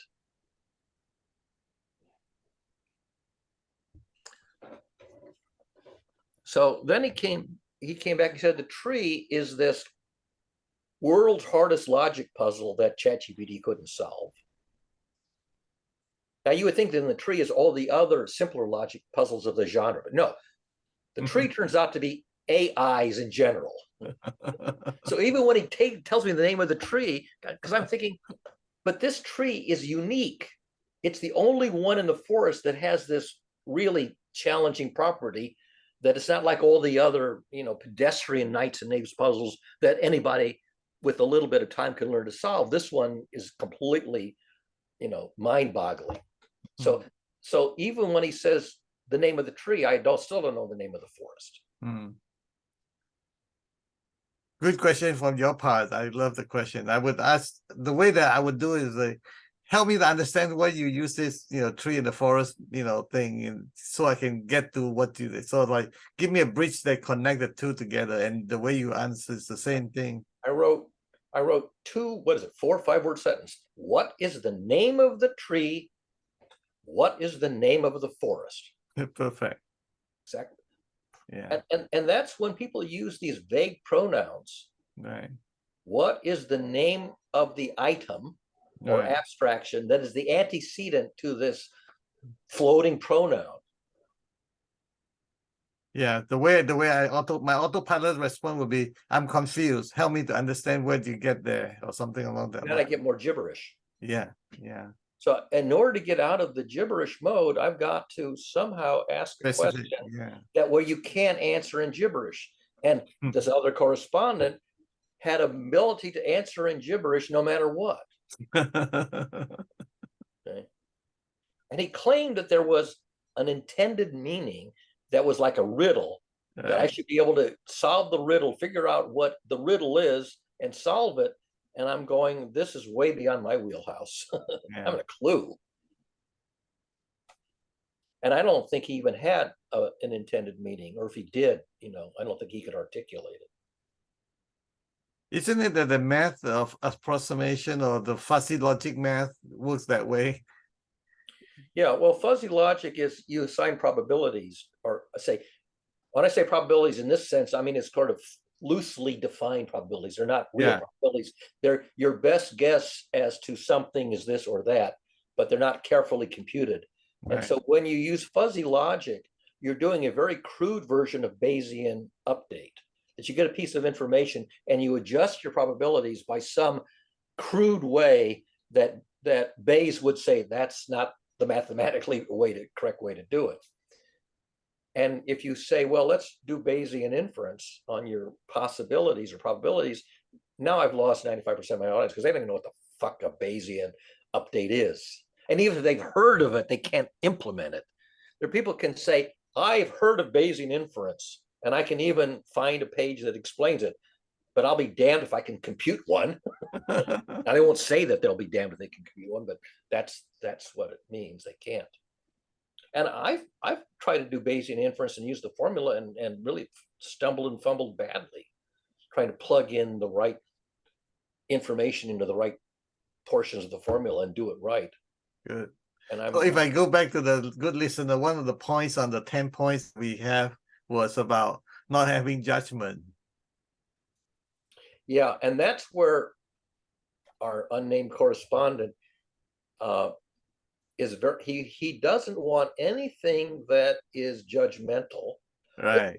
Not quite. He doesn't want anything that's negatively judgmental. He only wants things that are praiseworthy. That's right. Okay, but he's writing gibberish that nobody can understand, and he doesn't understand why he's not getting positive thumbs up endorsement. I get you. You're right on. I feel the same way. And, because it's not true. Who can give him positive reinforcement for gibberish? And then he complains that he's not getting positive reinforcement. Where he says it's not above the line. So I say, what is the name of the axis? What is the name of the characteristic of which you can have a positive valence and a negative valence? And he doesn't give me the name of it. He says, well, let's call it WALUE, value. He takes the word value and he makes the word value and he says, let's just call it the value axis. So he goes the wrong direction. Instead of giving the name of the axis, he makes up a meaningless word. That sounds like politician. I tell you what I know. Exactly. So I asked ChatGPT, I said, can you make a list of 10 possible characteristics above the line and below the line that somebody would be looking for in sort of the tone of a message? And it made a list of 10. Yeah. Of which the first one was sentiment. Number one was sentiment, and then went down the list. And I pasted that back in. And I thought, well, maybe he'll say it's that one. Or then I said to ChatGPT, well, what's your best guess? And it says, well, I don't really have a best guess, but we'll do it for sentiment. And he writes something that is supposedly a positive sentiment, positive valence sentiment. Paste that in. Nope, it's not. I get gibberish back. That's not, no. Well, I would recommend this. I would say that the next time we interact with somebody like this, more kind of communication, give that to Pi and see how Pi respond, and then copy and paste Pi's response to the SEO response and see how it goes. Because Pi is a good listener. So Pi is the standard of listening, right? Yeah. So if Pi can handle it, then you pass the test. Yeah, it might do better.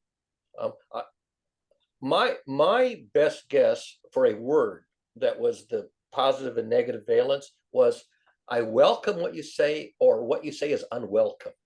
I chose welcome and unwelcome just as a wild guess for what might work. And then I did word of the day on my timeline, word of the day, welcome, unwelcome, as words of the day. And then I asked ChatGPT to write a parable about welcome and unwelcome in that context. And then I said, turn that parable into poetry. So and that's ChatGPT, not Pi, obviously. But the point is that I'm taking whatever is the zeitgeist of the confusion, perplexity, the unsolved problem of the moment, the zeitgeist, and I'm throwing it into the chatbots and seeing what I get out of it in some other representation, whether it's allegory, a parable, or whatever, and then putting that back out there as a response to see whether anybody says you nailed it. No, so far nobody has said you nailed it.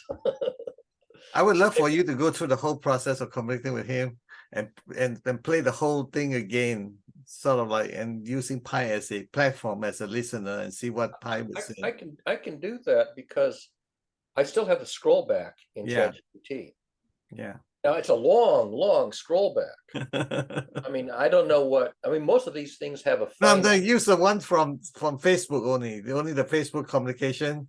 Just keep it simple. Don't go to ChatGPT scroll back. Just use the place where you get stuck and you don't know what to do, or you have a judgment on that, and take his response and paste it to Pi, and let's see how Pi responds for that, and see how's it, because you have your response the best of you can do, and let Pi see if there's another way out of it. Let me just see if I have one from Noah that's. And we're going to say another 26 minutes. We're going to make sure we deal with Joshua's request as well. Thank you. Thank you so much, Sam. Let me just get back to, let's see if I can find where this thing is with Noah. Because now Noah's the victim and not me anymore. He basically toggled over to Noah. Let me just see if I can. Does somebody want to get in? Oh yeah. Oh, that's Sam out in the duck. I got it. Duck room. He's chasing the ducks around, picking up some eggs. Where's my duck eggs?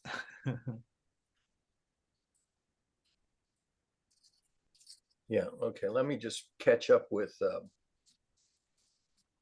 and see if.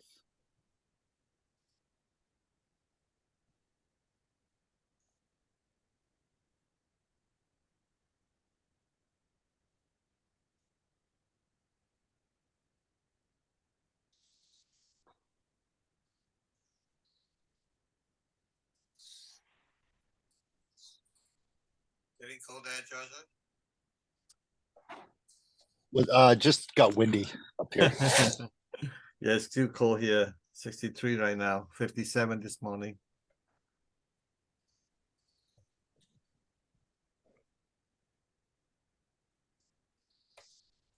All right, I'm going to copy this passage that gibberish correspondent wrote to Noah and find over here where is pi. Okay. Let's see.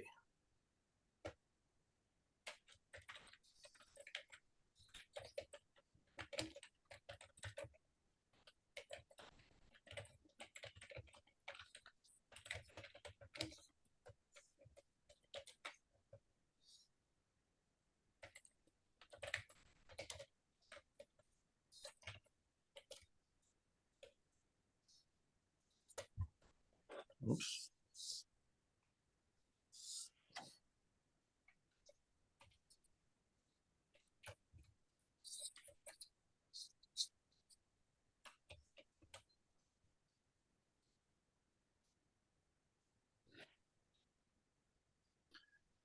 All right, so pi says, so I'm gonna give you a gibberish, and pi says, oh, that corresponded again. No joke. We might as well be deciphering encrypted messages from the aliens. Can I ask, how does your friend Noah respond to this person? Oh, error message exceeds 1,000 characters. So I couldn't even paste it in because it was more than 1,000 characters. You can play with it later, so you can just chunk at a time and see how it goes. Yeah. I would love to know it. The reason I'm insisting on this is because once you have a breakthrough, then you can see the light behind at the end of the tunnel, so I say. Yeah. Well, I will say this, though, when I went back just now to get the last core dump of gibberish, no, this is all on a public Facebook page. Noah writes, I tell you that I have a hard time understanding the way you write, and you respond by saying that's not the problem. The problem is my ideology. You know, he's basically saying, you know, and then Noah says to unnamed gibberish writer, you are being contentious for its own sake. You refute everything I say, so why should I say anything more? I tell you how I feel, and you say it's wrong. I got news for you. What people feel is right for them. There's no disagreeing with how someone feels. And I had the honesty to gently tell you my truth in hopes I would learn something about you that might ease our conversation. If we can't meet in the middle, I don't want to continue to try talking to you. Either respond to me like I'm worth something or let it go. I'm not here for you to abuse. And there has not, that was 7 hours ago. But Mr. Gibberish lives in Monterrey, Mexico, so it may still be, you know, relatively early morning. Or maybe Mr. Gibberish writer has just walked away. I don't know. Yeah. But there's no response to that was 7 hours ago, which would have been pre-dawn East Coast time. That's good. Thank you. Appreciate that. But play with it again. Don't get so serious. Don't take your professor head out of your head. Just be a 10-year-old boy that be curious, be playful. You know, think of it as a game out there, and It's no right or wrong. Just enjoy the journey. Yeah. Yeah. And be grateful that you're smarter than him. How's that? Well, if I was so smart, how come I can't figure out how to deal No, with they're two different things. You know, you cannot figure out Trump, right? You cannot figure out everybody in the world. So anyway, we can have a different conversation tomorrow. Let's focus on Joshua requests about summary. By the way, I tried about 5 or 7 summary tools on YouTube. My conclusion is no, none of them are worthy of my time. None of them are worthy that I put a bookmark and continue to use it. None of them is worthy of my pay money. Even I don't care if I have to pay $1,000 for it a month, but I'm looking forward to, you know, get a good tool. The way I think about it is that the data, the facts are so dense on the YouTube because a lot of good stuff are in there. You just can't chop it down. You just, you know, I'm not finding any good tools on summary, so I give that up already. So Joshua, Hey, Sam, I like- Gotcha. you want to take the steering wheel and direct the next passage here for what you wanted to do? I think Sam Han was going to say something. Go ahead, Okay. Sam. Just a quick request. I like the fact that you did that research, Sam. It would be very handy if you would just quickly itemize the 7 services you attempted, just so we know what to avoid. Okay, thank you. I'll as soon as I get a chance to do it. I was doing it on the fly and then just Okay. All right. No problem. I call it try and dumb, but I need to go back to my bookmark and I summarize all that for you. Okay, if I can. Yeah. No, don't bother. I was just wondering if you it was quick, but don't bother if it's not quick. Thank you. Well, actually, Back to you, Josh. Take it back. Mr. Gibberish did reply. Let's see how long it is. Oh, Christ. Well, it's not as long as the last one, but it's like 2 pages of gibberish. Hey, Barry, out of curiosity, do I know this Mr. Gibberish? Yes. You want me to tell you? I'll tell you his name. You've heard his name. No. I know the person. Okay. So what was the question then?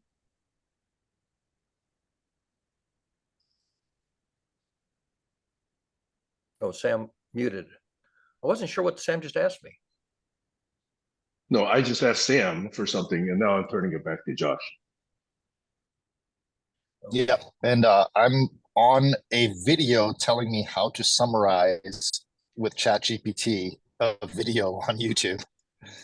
Oh, So, right. That comes from reading, what do you call it, the VTT file, whatever it's called?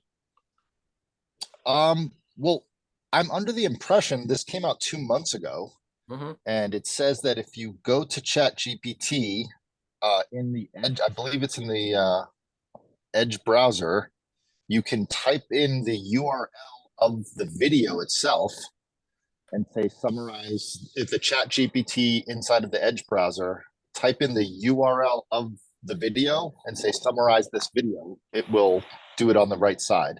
I've seen a video of it doing that. I did that a week or so ago. Let me see if I still have. I don't have the Edge browser on. I'm on an iPad right now. So yeah, but I do. Okay, great. Let me just see if I can quickly find that, because I did that and the result was disappointing. Let me see if I can find it now. The Edge browser.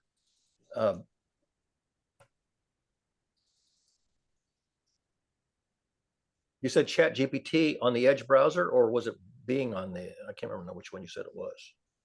I don't know. That's what I'm asking you guys. If you can just do it in ChatGPT itself, if you can put in the URL for ChatGPT 4, or if you have to be on the Edge browser so it can access it. I don't know. That's why there are a lot of the plugins for Chrome and Firefox that you can install, but be careful with that. Make sure you review, make sure they're reputable source. But the plugin is the one that get all the stuff already done. For example, I done it to my iPhone that I have a shortcut that I carefully go through the steps and install the API and the what they call it, the secret code and all that stuff in there. So you can do it. You just have to go through the process of installing the right thing, using the right API or whatever the plugin that is, and that will allow you to do. I try a lot of those API because they are a lot easier, because somebody already done all that, and all you do is use their tool, and that would be what I recommend. I just click a link on, I put a link on the TLDR. I learned the language is too long, don't read. that's an acronym for the TLDR means. And that's the TLDRthis.com is the one that allow you to take a summary for the longest text without text limit or something like that. So yeah. So for pi, it's 1,000 characters, I think it said. yeah. So I'm looking up online. It's saying GPT-4 Summarize. So there's a Chrome extension called GPT-4 Summarize. Right. I tried that also. And any web page or YouTube video quickly and easily. So you tried that one, Sam? I tried multiple of them. Yeah. You gave me that one, didn't you? One of you two guys gave me that one, and I put it in. The one I give you was the one that is the perplexity. Is that perplexity? Yeah, perplexity. I think right. Yeah, that's the one I gave you. So and we tried it out, and it fell short somehow. Yeah. Okay. I want to take a quick bathroom break, but I can listen while I do that. All right. Well, if you guys have already tried it, that's all I wanted to do was try it and see if it falls short. So it sounds like it does. Well, you can, I'll search for a better one. You can ask ChatGPT or Bard, like, give me the tool of summarizing, and then go down the list from top 1 to 10, and just go through each one of them if you have an hour, couple hour to kill. It's pretty interesting. A lot of them is easy. All you do is install the plugin, and they will just allow you to just, in 5 minutes you'll be able to see the results. Like, and I would recommend to summarize an article that the subject well, you read it carefully, maybe 5 times till you know it. When you do a good job, I call it, tell the GPS the guy need to go home. So I know the route, so I know what it is. So a known article that you're very familiar with, and tell the whatever plugin, the tools, API to summarize it for you, and then see how it does. Yeah. There's also another tool. Adobe makes a video editing software, Premiere, and they added AI to it, where it gives you the transcript of the whole video. But if you highlight parts of the transcript, it will automatically cut the video part of that area. So it'll let you say from this portion of the text to this portion, copy and then drag and drop, and then it's cutting that portion in the video, and it will actually leave out empty space for sound if there's silence. Nice. So that type of tool mixed with another tool that actually is smart enough to go in and process all of that text. Right. Meaning what I'm looking for is something where we can stick in the video MPEG format of the video, and then it will spit out maybe we can write it with Python using one of these language models, but something to where it says what was said in this conversation, and then it gives a quick summary of what was said, maybe 2 paragraphs, 3 paragraphs, and then what did Barry think of what was said regarding this topic. So in other words, it's like a small language model for just that 2-hour conversation. Right. So that would be my ideal function, would be to ask a language model what its version of the conversation was, and then to be able to pull back the actual clip of what Sam Chan said, what Barry said. Right. So when Barry was asked about how to speak clearly, what was his thoughts on that? So in other words, it's summarizing in its own words what it thought Barry, like going back to this conversation today, if we were asking it, Barry thought that he was not able to be categorized as red, and so on and so forth. So I'm just trying to get something where outside people can interact with old GCC conversations, and at some point build that up to a place where they can interact with every conversation we've ever had if we have access to those videos and transcripts. What do you think of that, Sam? Ron?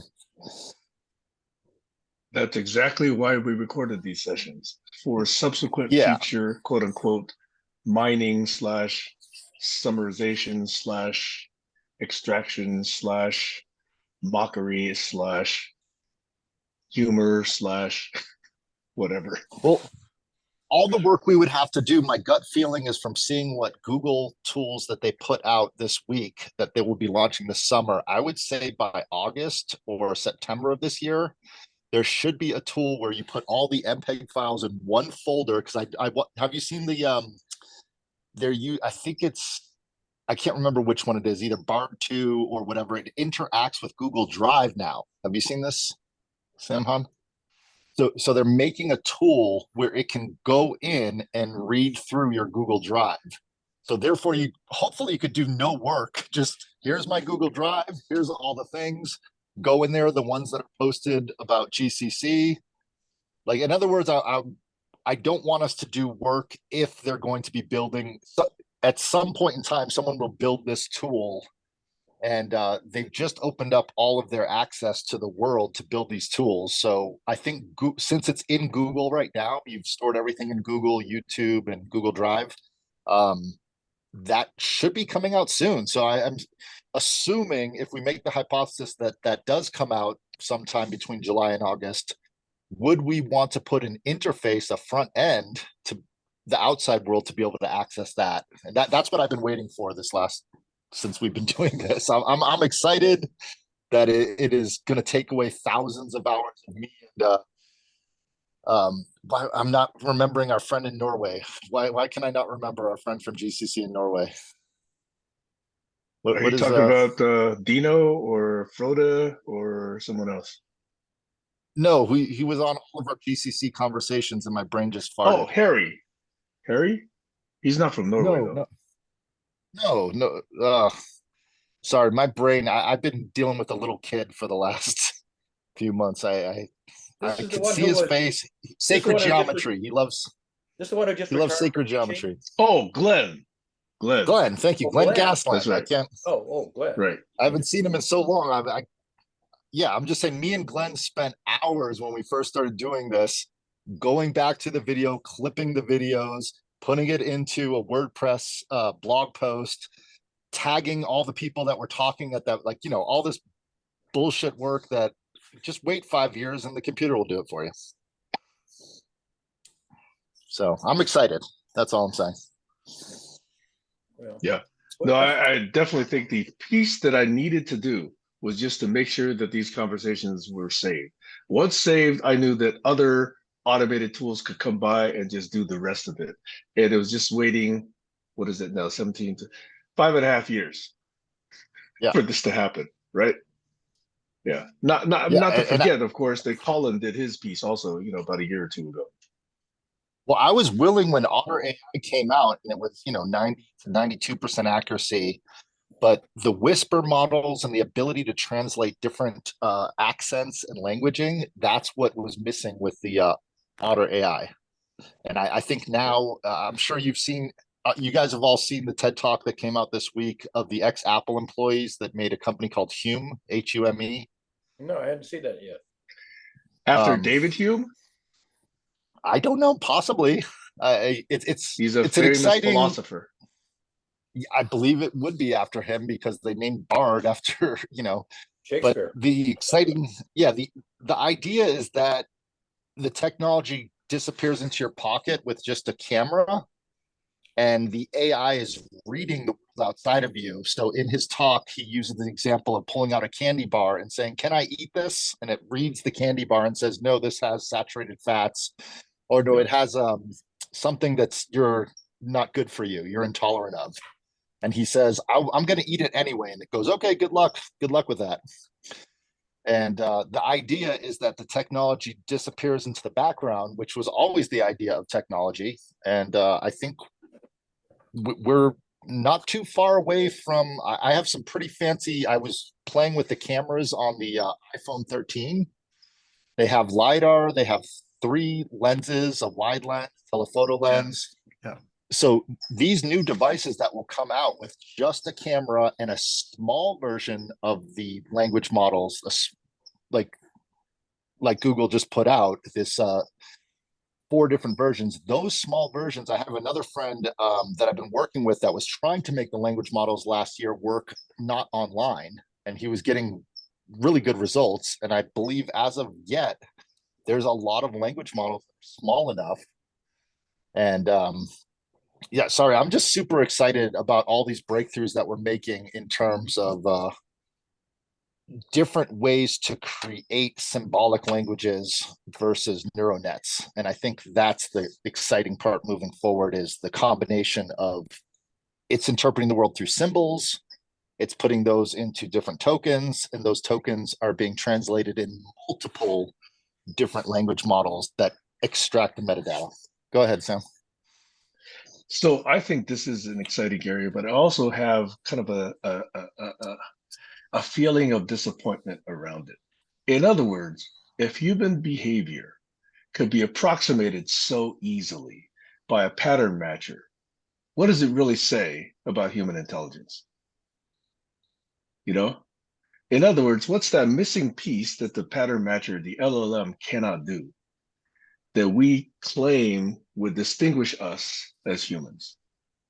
Now, we all believe there's something there, right? Whether it's imagination, emotion, creativity, whatever it is, theorizing, etc. But it's surprising, to me at least, that so much of human behavior can be approximated by these pattern matchers. And if you take a look at what they do versus what regular humans do, they do just as well as most humans. That's what's disappointing to me.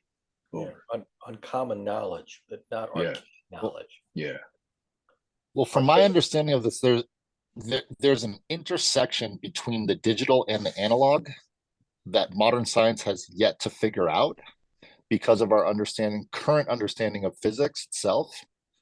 So we will find that intersection between, we're taking in information, converting it into digital, but then we'll have to figure out how to process it back out into analog and create a digital analog feedback loop, which is what I believe the human being is. And the thing is, it's not fair for you to say it this way, because for thousands of years, all the knowledge and wisdom has been digitalized, and you can, you can, what should I say, tabularize and, figure out what it is in that chunk of data is already there. I mean, tell me what is not being output yet already on digital. What knowledge was not? Biomorphic fields. That's what I would come. The Library of Alexandria. I mean, that part is not digitized yet. Are you sure? I'm sure that we are still going inside the body and figuring out new ways and systems in the body. I'm 100% sure that we have not digitalized all of the bacteria in our gut biome yet. Well, again, what we know is what we learn, and it's collective knowledge and collective wisdom. So I'm saying our knowledge is, at best, is maybe 30% of the collective knowledge or whatever that is, and everything has been digitized. Again, it's been output and been digitized and all that. So what we can recognize the pattern that we know. If I give you some Indian character, you will not understand what it says because you don't know the language. But if I give you something that you know and you have outputted it to the digital world, and that will be able to, I say it's like a feedback loop. So you know what you can see, and you see what you know. And that limit our beyond our wisdom, right? Yeah, I'm saying our senses are not as good as our new tools to calibrate the information coming in. The JWST, for a good example, is the infrared spectrum. There's a lot of knowledge that we're taking in through the visible light spectrum with humans and through our senses, and then digitizing that. But there's a lot of information that we have yet to even learn exists. For an example, there's a squirrel that exists in Virginia that they never knew had a different spectrum of light that it operates under, until they put a camera with that spectrum of light and saw the colors that not just that the squirrel was seeing itself, but that the squirrel is, meaning it was giving off those patterns. And another example would be an octopus, the different ways that it's camouflaging itself and giving off. So I'm saying there's a lot of mysteries yet to be understood and interpreted because we have yet to create the tools to see those things. Agree. So it's like using a ruler versus a caliber will allow you to measure in the different dimension. It's like more accurate. There's a difference and make the difference. But until we have the tool to tell the difference and make the difference, we are incapable of recognizing it. We're incapable of seeing it. We reckon incapable of recognizing it at this moment right now. And real quick, Sam, just before, the body itself as a tool, the way that we use our body to sense there's a lot of calibrations that have been lost. And another example of that would be the people of Indonesia who can dive very deep in the water to get pearls. Those people have larger spleens than other people here on Earth. So their bodies are actually calibrated differently than others, such as the people in the Andes that can run 26 miles with very little oxygen.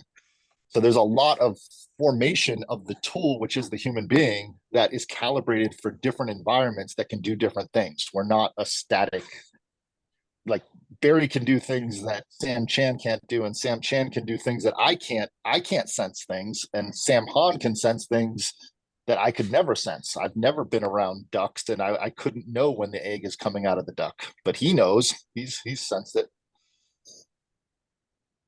So I'm complete. Go ahead, Sam. Sorry.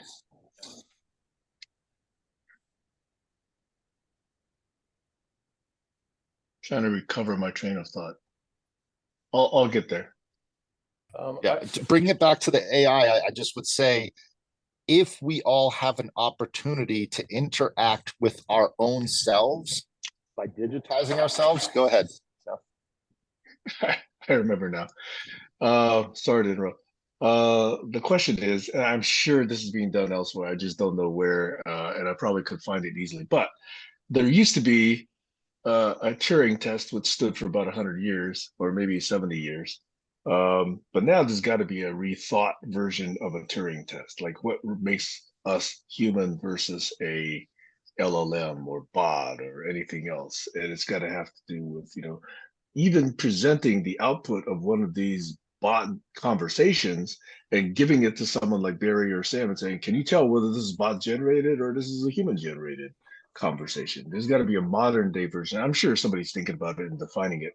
I just haven't seen reference to it, but clearly people are thinking about that right now. And in fact, it's being played out probably in hundreds of different locations right now. But that is kind of like what I was trying to get at when I say, most humans don't even do as well as what the bots can do today. So where is that test, and how useful is that test, and do we even care about that test anymore? Over. Yeah, and there's a lot of companies right now that are hiring people at cheap prices all over the world to ask to label and mark these large neural nets and LLMs to make sure that the information is congruent. So in other words, we need more feedback loops, which is why they're putting these things out for free. But as that continues, I don't think it's a question of, is it human or is it AI? It's a question of, is it helpful? Is it useful? That's where I would go with this conversation. Well, there's many senses in which case it is useful to understand whether it's human or AI. Because now the question has already been asked, do these bots have rights? Can they own copyright? Can they, et cetera, et cetera, et cetera, things that you used to ascribe only to humans? Can they even own property? Are they liable if they provide investment advice and it goes sour, et cetera, et cetera? That's another layer of problem also, is that copyright law that was written many years ago, is it even valid at this moment, that is applicable anymore? Yeah. I mean, the 17-year-old boundary, 5 weeks is forever now. Well, this exact conversation is going on in the music world right now, because if I put out an album that sounds like Kanye West and I used a bot to do that, that's illegal. So they're getting sued and taken down. But if my voice naturally, just auspiciously happened to sound exactly like Kanye West and I sang, then I have agency because it's me, not a bot. So the entity problem, I think, is a big one, and that will be solved. But that's what Google is trying to do, is put the metadata between everything that's being created responsibly thus forward, to differentiate between AI created and human created. But like you said, Sam, the conversation came up in Saudi Arabia, I think it was over 10 years ago, and they did give the rights to the AI in Saudi Arabia 10 years ago. And So- worse, because we have now organizations and corporations having agency with rights, and they have ownership, et cetera, et cetera. Now that same set of questions is going to apply to these bots. Now you get a bot Yep. running a corporation. Now you don't need humans in the picture. And now these bot run corporations are going to know very much smarter than humans how to do all the acquisitions, how to do all the mergers, how to do all the integrations. And human run organizations don't even have a chance. They won't. Yeah. Against that kind of a competitive landscape. I think we have to be very careful about what conversations we have in the zeitgeist in the national scale. The reason I'm bringing that up is there was just a situation this last week where one of the gentlemen who works for Berkshire Hathaway went to the big conference and called out all the people at Berkshire Hathaway, including Bill Gates, for influencing the entire national conversation regarding whether a man is a woman or a woman is a man, and called them out for starting that whole conversation and spending millions and billions of dollars at their foundation. So if you haven't seen that yet, it's something worth seeing, because I think a lot of these billionaires it's in their best interest to keep their corporations going by having the general public fight over whether a woman becomes a man or a man becomes a woman. And that's been the national conversation. Oh, go ahead. I heard a Did someone say something? What was that? Sorry, that was a crosswire yeah, interference. that was a snippet of the Trump interview with No problem. Oh, Caitlin. Anyway, Caitlin. I'm just saying Sorry. what's the guy that runs Berkshire Hathaway? What's his name again? Warren. Warren Buffett. Yeah, Mr. Dairy Queen. So the guy started talking and saying things that were not helpful, and they said, you need to stop. And he said, Warren Buffett, you're the chairman. I'm on this committee. Can I speak? He said, yes, you have 3 minutes to speak. And then he said something that was very indignant in that setting. So they ended up, tearing him off the stage and asking him to leave. But he wasn't just some random person. He was someone who ran the financials for the Berkshire Hathaway group. I think his name is John Flaherty. But it's interesting that some of these people are being called out from the inside for what they're doing publicly.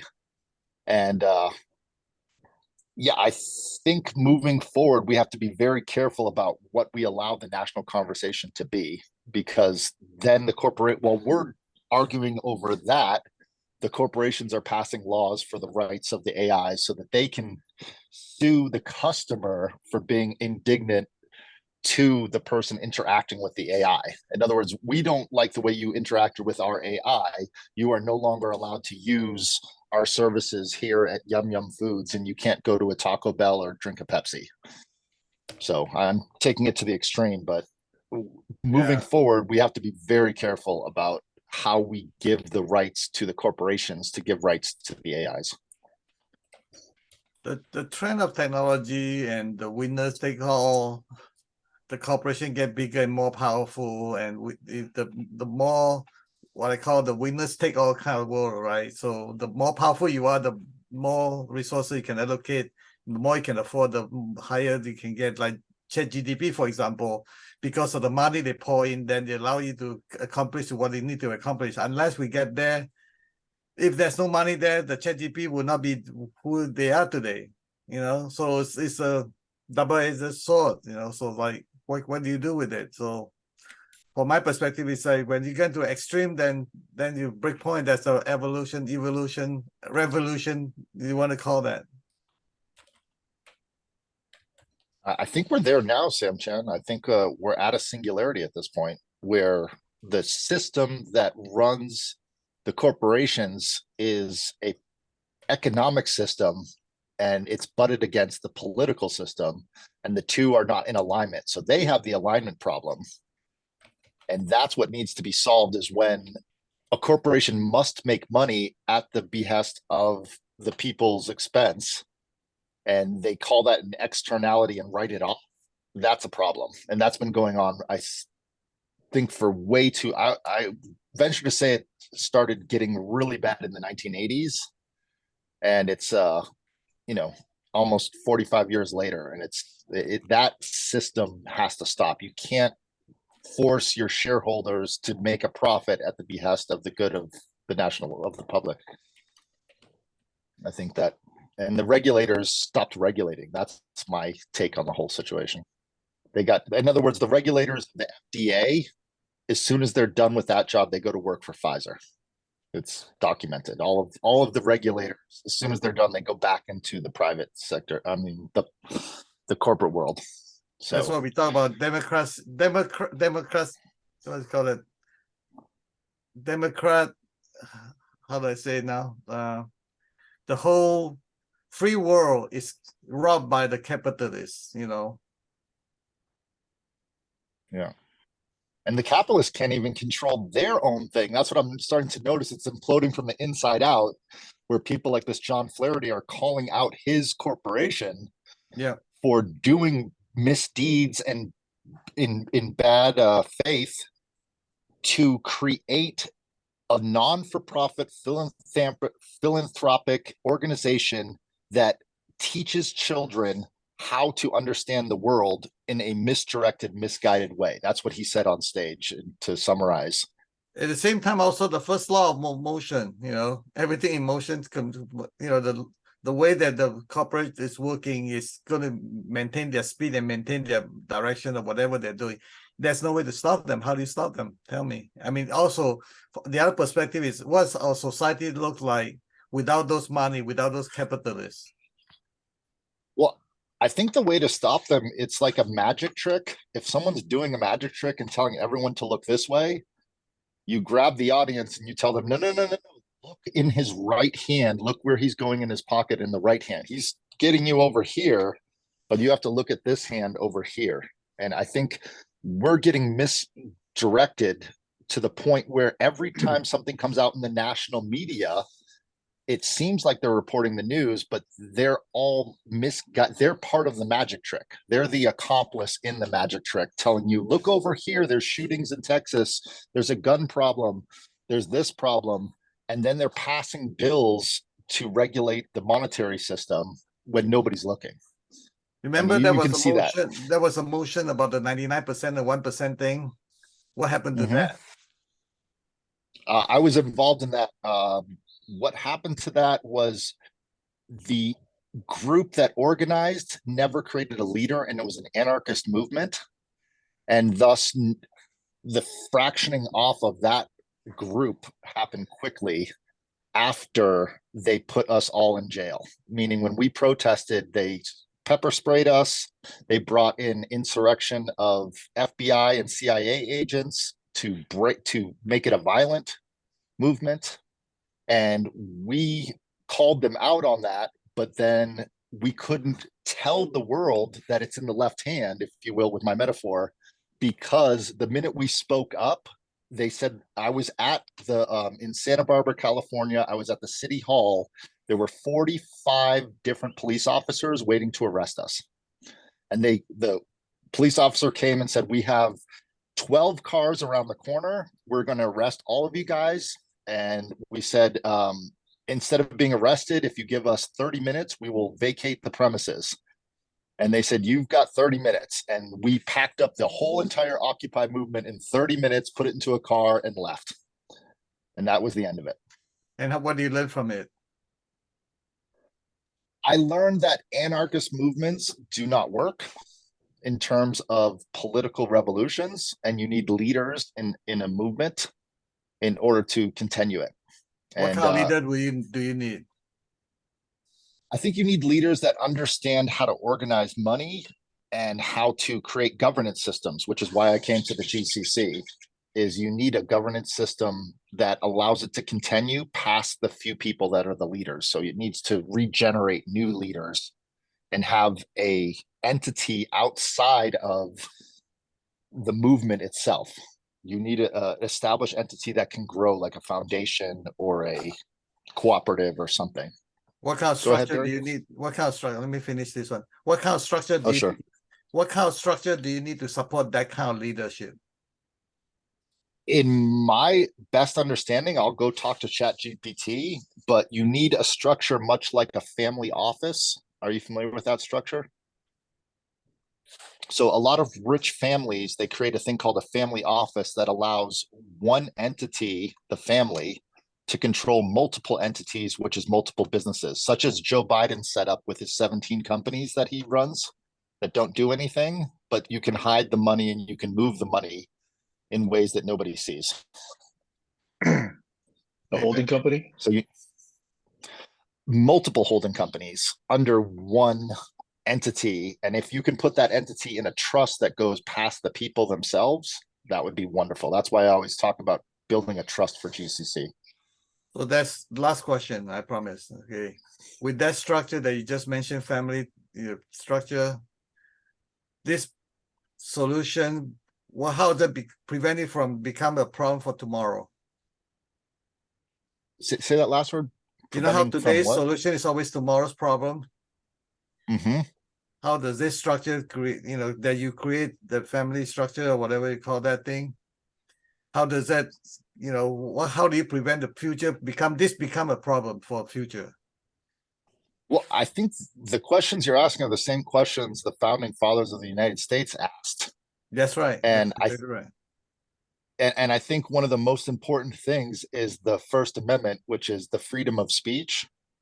And you allow for anyone coming into the quote unquote family or into this structure to have the ability to be heard, much like we talked about earlier in this conversation, those 10 rules of listening. We have to create some sort of governance structure that allows people to have a space to be listened to and to have the ideas of the people carried forward, not squashed. And Well, when we're you trying that. Yeah, when you get that form, I'll be the first one to sign up. Okay, I don't know exactly how to put it together. I do know that it's not going to be figured out by myself, but someone moving forward and building off of these types of conversations, which is why I want to put this into the public domain moving forward, because I don't think anyone's figured it out in a way that works, due to the fact that force always takes over the rule of law. So you can have all the rules you want, but if someone comes in with a bigger army, rules are gone. So there's a balance I've learned between protection and enforcement of the ideas and the ideas themselves. And that balance I've only seen happen in maybe 2,000 years ago in India, where people of multiple faiths decided to agree on the good of all people outside of individual religious beliefs, but a national belief of what was best for the multiple nations of India that they pulled together and then were conquered later by the British. But if you have any historic examples, or Barry, of people that have solved this problem in the past, I'd love to hear it, because I don't know many. I do, but before I get to that, you mentioned governance models and the rule of law in the last few sentences. I have inflection pi over here. I'm going to read 3 questions and 3 answers. This is starting with me. When I say that I disbelieve in the Hammurabic method of social regulation, do you know what that means, what I'm saying? Response: the what? I'm not aware of any Hammurabic method of social regulation. Is that related to the Code of Hammurabi, the ancient law code of Mesopotamia? Yes, it's the method of regulating human behavior by means of the crime and punishment regulatory mechanism. Huh? I've never heard of that term before. I'm a bit skeptical that that's actually a thing, but I'll play along. So this mechanism is supposed to deter people from committing crimes by threatening them with punishment? Yes, also known as law and order. I'm still a bit doubtful that this is an actual term or concept, but I'll keep playing along.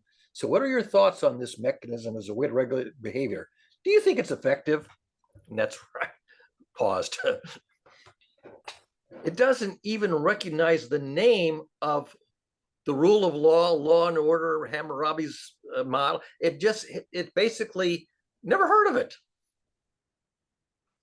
How am I going to have a conversation on abstract ideas when the name of the abstract idea, which has been in the literature for 3,000 years, it doesn't even know what it is? I thought it did recognize it, Barry. It said, is it the same as XYZ? And you said yes. Is it related to the Code of Hammurabi? Right. So as a human, I might do the same thing, right? I got a just quick question for everybody here. Is there a word for a ruling class that rules through nonviolent aspects, that does not use force, but uses some sort of united belief system, whether it be religious or otherwise, to ensure that the best interest? In other words, has anyone ever fought a war besides Martin Luther King or Gandhi with nonviolent means? And is there a name for that type of fighting besides nonviolent? I mean, is there? Well, there were colonies like the Amana colonies and maybe the Amish, where they tried to create these utopian communities that didn't have violence and had so basically social contract governance models. And I've pioneered online learning communities on the internet starting in the 90s that were nonviolent. You didn't have combat, you didn't have play combat, and that the regulatory mechanism of how people should behave is not set down by rules and punishment, but it's by means of a social contract where the participants jointly craft their social contract and make promises to each other of how they're going to treat each other. And it's written, and typically it's a page. And I have participated in and helped organize multiple instances of social contract communities with middle school age people and adults, starting back in the 90s. And of course, the social contract is a term that goes back to, I think it's Hobbes. Is it Hobbes? One of those philosophers basically popularized it. So yes, there is a theory on paper, and kibbutzim, for example, in Israel, which is a democratically run community where everything is owned in common. So it's not capitalism, it's communism. Everything is owned collectively, but the decision process is a democratic decision process of what the policies are going to be. And it doesn't have policemen and trials and jails and, you know. So yes, there are very, very small examples, both in real life and on the internet, of social contract governance models. And a notch above that is essentially Buddhism, for example, or Taoism, or there are sort of theological versions where there again is no police and no law and no crime and no punishment. The beginning of religion was to try to supplant the Code of Hammurabi mechanism, law and punishment, with something that was as nonviolent as they thought they could get away with. Yeah. So almost all religions have some lip service to this concept of nonviolent, correcting people's behavior gracefully and nonviolent, non-coercively. As to what you call it, I don't know. There's lots of different names for it. Restorative justice, for example, is one version of it. Go ahead, Sam. You have your hand up. I'm going to take a slightly different turn because I think you're now talking about governance and how we think. And I think this is very pertinent to one of the core reasons we're in the Sunday groups, which is systemic thinking. Yes. That is, when I was in very early grade school or middle school, I forget, there used to be this lesson in history or sociology where we talked about civilizations which did not evolve, let's say the Arabic counting system of 0, 1, 2, 3, 4, 5. And in other words, they were talking about these villages where the counting system was either 0, 1, or many. And the school lesson at that time was, oh, these people are so primitive. I actually believe that that's not quite so primitive. In other words, when we're talking about these modes of governance, zero, you could think of zero as a state of ignorance, a state of unconsciousness, a state of unawareness that you just don't understand what's going on. And therefore, equate that with like the first level of awareness. If you think about one, that's the first level of, hey, something's going on. And I think I see what's going on. I see this, I see that. I'm going to directly, relate cause and effect. And therefore, if I like it, I'm going to support it. If I don't like it, I'm going to make a rule against it. And it's very simplistic. It's very finite. It's very localized. And this is what you say, Barry, when you say rule-based systems don't work, in that they clearly don't extrapolate. They don't think in terms of the system. They don't think in terms of interactions among different things. So it's either crime and punishment or love and hate or, control and chaos, blah, blah, blah. But I think the many reflects an understanding that, hey, there's systemic effects here. There's more than one parameter at play. You have to consider everything in totality. You have to look at complex systemic effects, nonlinear effects, time-delayed effects, the fact that multiple people have different interests, different values, different ways of behaving, different interpretations of what's going on. Now, if we get that level of thinking, able to advise how we interact with each other, i.e., aka governance, if you want to use that word, then you have a hope. It's trying to get to something that's not going to fail when it tries to scale. Linear approaches, as you often point out, the one level that I'm talking about, fail because they don't extrapolate. And when you do extrapolate, you have to deal with complex nonlinear effects. So simple rules, as you say, don't apply. You have to look at functions, probably multivariate functions, okay? And you have to deal with not just the function itself, but all the differentials, the rates of growth, all the different surfaces you can describe, all the complex interactions, and try and avoid these peaks and valleys of chaos.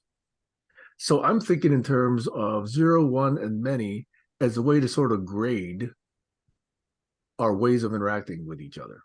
0 says anarchy. Everything goes, anybody can do what they want. 1 says, I'm aware of simple phenomena. I'm going to put rules in place. And then, like capitalism is a single parameter rule. It's basically profit above all else. No other dimension applies. And if you build a governance system just based on that, we get what we got. And we deserve it because we built capitalism to optimize capitalism.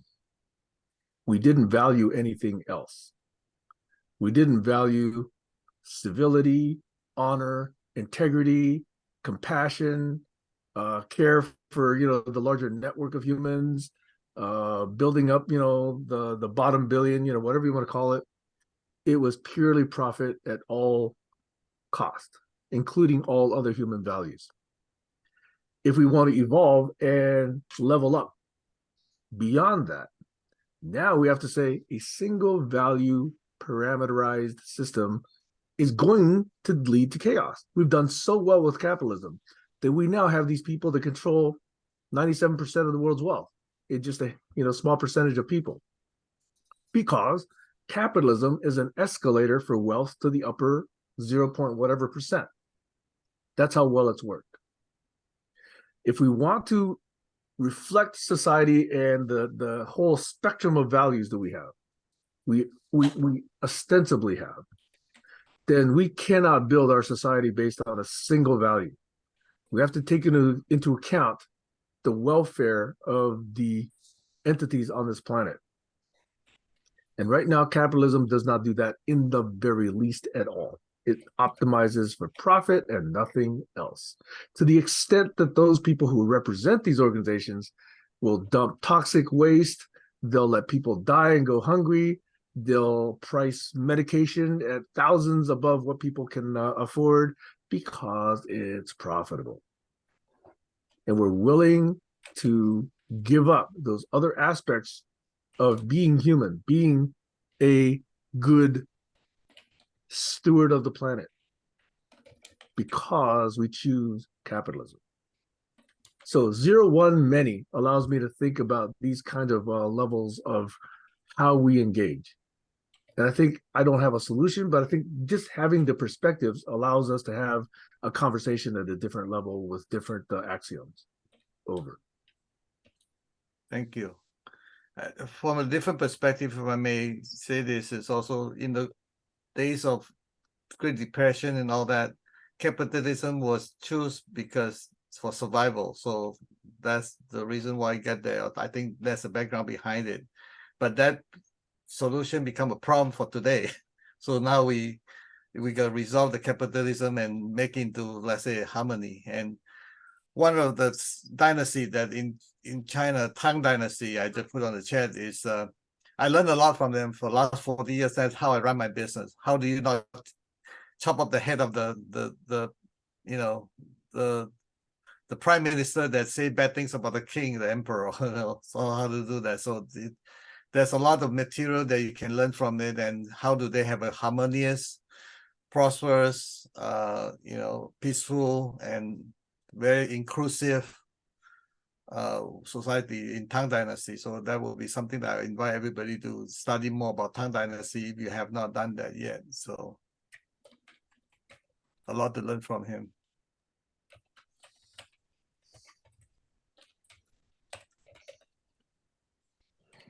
And if I may, It's that a earlier stage. rant, sorry. I think it's a stage. Also, I'm looking at this as a stage, and if we get mature, it's just like the puberty, we'll get over it and move on to the next. I have hope on that. I don't think we need to do anything about it. I'll just write it on, and as long as we're not doing anything like the Wu way, we'll talk about Wu, right?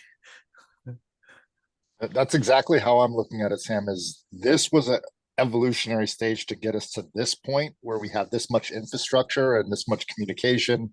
And now that we've reached this point, we can redefine wealth and value to what Sam Han is saying is a new incentivized system to create a new value that is more mature in what we want as human beings on this planet.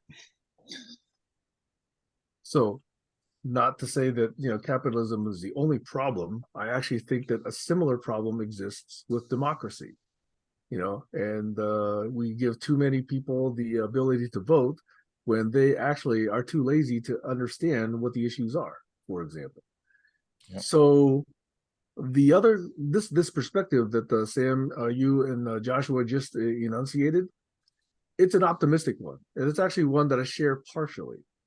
But it's also one that must be taken with a little bit of, how do I say? I don't know. Let me describe the phenomenon, because I think it was Carl Sagan who first said, extinction is the rule, survival is the exception. So it's not just that we've reached this level, we get to reach the next level. No, it's not certain that we will reach the next level. We have to grow up before we can do that. And this growing up doesn't mean just we as individuals. It just means we as an entire planet, a society, a whole ecosystem. And the people that have the power are the ones that most have to have this responsibility of growing up, of maturation. So unless that happens, the people with the power also have the most power to destroy this planet or the citizens of it. So just because we've come this far doesn't mean that we're going to go any further.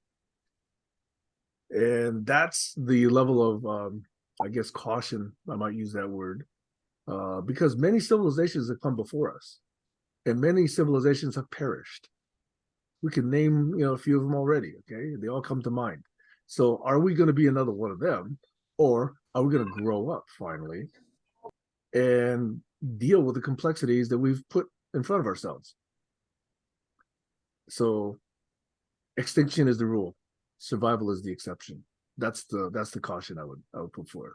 But in the face of that, we still have to be optimistic. Over. Do you know what the most powerful thing any one person can do? What? Grow up themselves. That's not what I had in mind. Anybody else have another answer to what's the most powerful thing anyone, go ahead, Joshua. I've been thinking about this quite a bit, and I think the most powerful thing that someone can do is to give up the idea of control and hope and inspire others and hope for the best, but be wise enough to know that your hopes and your aspirations and your inspirations for each other are not going to come to fruition because you controlled that. It's because something naturally occurred throughout the system. Give up So, control and do to answer that something. question, Barry, Give up control. to answer the question is to let go of the idea of control. That's the answer. And supplant it with what activity in lieu of control? With hope, inspiration, values, and a goal of I would like it to go in this direction, and I'm going to work my hardest as one individual towards that direction. And anyone that wants to join in the fun or create a group or go in that direction can, but there's always going to be someone that finds out there is someone else that is going in that direction, and that means it exists. So if, in other words, I can say, I'll give the example of an alcoholic. You don't have the control of whether or not you're going to drink the next day. It's out of your control, but you do your best each day, and that's the best that you can do. Don't think that you're not going to drink the next day. Don't think you're not going to drink next week or next month, but make the goal of, I would like sobriety because it is something that makes me happier than being a drunk. You gave an example of the action I have in mind, but you didn't name the abstraction that is the action I have in mind. Let me give it a shot. Do you happen to know? Do you happen to know? This is the answer is going to probably be no. Do you happen to know the fundamental theorem of feedback control theory? I think you might have told me before, but I can't name it off the top of my head. The Fundamental feedback control theorem of feedback control theory tells you the necessary and sufficient conditions to be able to control a system that you're trying to control. It tells you what you have to have in order for a control system to work. Okay, feedback. What goes into the feedback loop? The action that you took and the results that you see. I don't know, how do I phrase this question? What does the output of the feedback loop go to? The decision-making mechanism of what next action to take. Okay, what goes into the input of the decision-making mechanism? The state that you observe. Yes, bingo. The most powerful thing you can do is bear accurate witness to the actual true state of the system now. The most powerful thing anybody can do, bear accurate witness. Without that, the feedback loop doesn't know what the fuck it's doing. Don't lie to the feedback loop. Tell it the fucking truth. Also, don't lie about previous states, i.e. history. Yeah, exactly. Bearing accurate witness is the most powerful thing anybody can do. And where do we find the first suggestion that bearing accurate witness is a wonderful thing to do in written literature? You're going to say the Bible. You said it many times. Yeah, I was going to say, before you do go there, Barry, you said the present, observe accurately as best as possible. Sam said the past.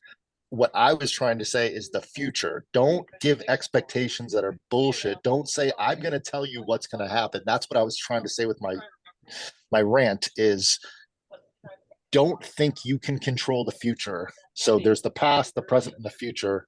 Do not try to observe the future or the past. Just stay in the present.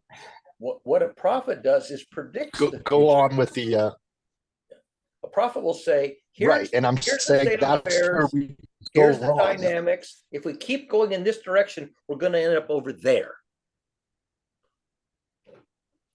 So a prophet anticipates and as accurately as possible predicts the future if we don't do anything different than what we're doing now. Well, it's a guess. But what you can do reliably, because you can't look at the past, you have to look at some record. But what you can do is observe reality right now as carefully, as keenly as you can, and report as keenly as you can and as accurately can what's happening now, because that's what's going to go into the feedback loop now. And you compare that against where you would like to be in the future, and that tells you which way to steer the vehicle. So Barry, in light of that, if that is the most important, the most valuable thing, then undermining that might, you would say, be the most evil thing. And there's a lot of people undermining the present understanding of the truth today. And what do we call those people? Well, I can call them a lot of things, okay? I can call them the R word. I can call them the C word. I can call them the E word. I can call them the S word. I can call them the D word. Yes. But those are I was going to call them scared. They're the ones who are bearing false witness. The ones that you don't want to have around are the ones who are bearing false witness because they're screwing up the input to the feedback. Yeah, but look at what we're doing as a society. We're giving them voice. We're amplifying their voice, stupidly amplifying their voice today.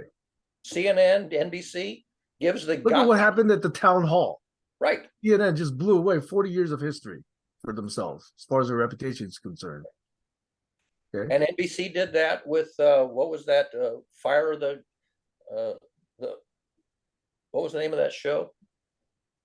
I don't remember. Fired. I can't remember the name of the show. Oh, you mean MSNBC? No, NBC. The Apprentice.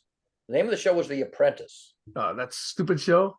I have to say, I'm happy I said I've never watched that ever. That's why I can't remember the name of it. I only heard about it. But giving voice and power, electing to high office, people who are gifted at bearing false witness, that's going to win us the Darwin Award for sure. Oh, we are on the way down. Yeah. We as civilization have already reached that tipping point. Okay. Exactly. I'm only hoping that a handful of us might survive, but as a species, we have no hope. So if we're going to go down the tubes, the only thing that we can do after bearing accurate witness in real life is to write a journal that might survive, a piece of paper that bears accurate witness to what the fuck happened to us. That's what I'm telling you. Some piece of wisdom or knowledge which can actually help beyond this civilization and be a clue potentially to future civilization candidates or who's next at bat, be it insect or reptile or whatever. So that piece of wisdom dates back 3,500 years.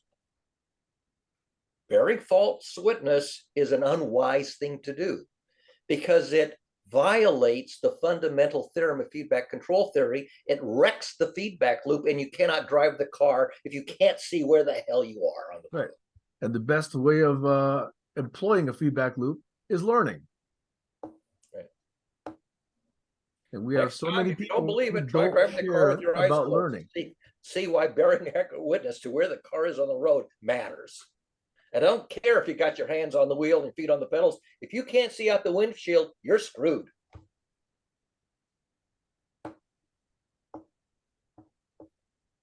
If the GPS tells you the wrong information, you're screwed. That's why I've posted that post that I have on my wall, despite how objectionable and how offensive it might be to some. Say again what it is.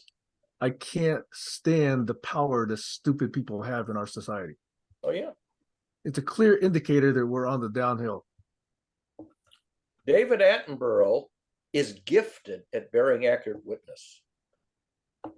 You can go on and find the latest David Attenborough item, and there he is beautifully bearing accurate witness, artfully bearing accurate witness.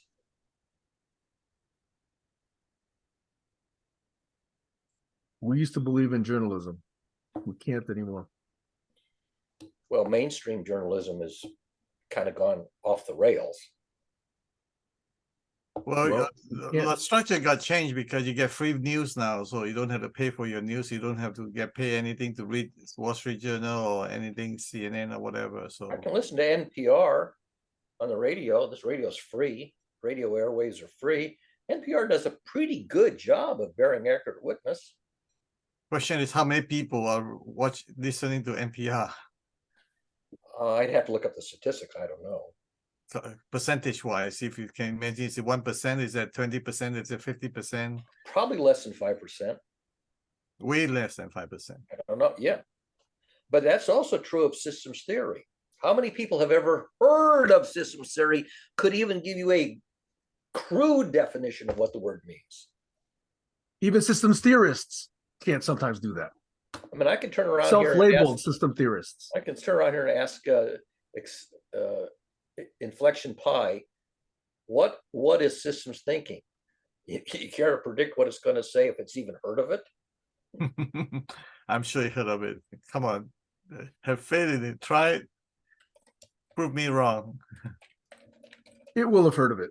There are publications on systems theory. But in all of systems theoretic conversations, you know, to me, one of the first things I would hope to hear in it will be the laws of conversation.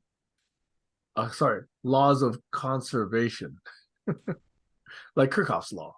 But I never see reference or even analogs of it in systems theory. Hey, Barry, you can read it now. Systems thinking is an approach to understanding the world that focuses on the relationships and interactions between different elements of a system. It's often used in the context of complex systems, like ecosystems or societies. The basic idea is that the behavior of the system as a whole is not just the sum of the behaviors of its individual parts.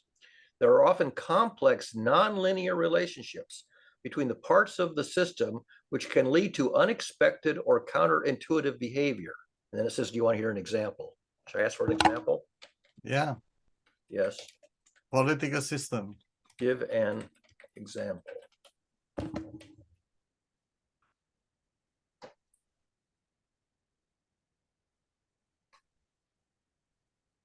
Let's say you're trying to control the population of a certain species of animal in a wildlife preserve. If you use a simple linear model, you might think that reducing the population of predators would lead to an increase in the population of prey. But in reality, the situation might be more complicated. For example, if the predators help to control the population of other species that they prey on, that they prey on the same species. I'm reading the sentence wrong. For example, if the predators help to control the population of other species that they prey on the same species of animal, then reducing the predator population could actually lead to a decrease in the prey population. I'm not sure I can diagram that sentence.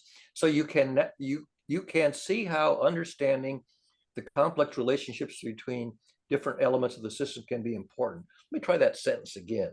I'm not sure how to read it.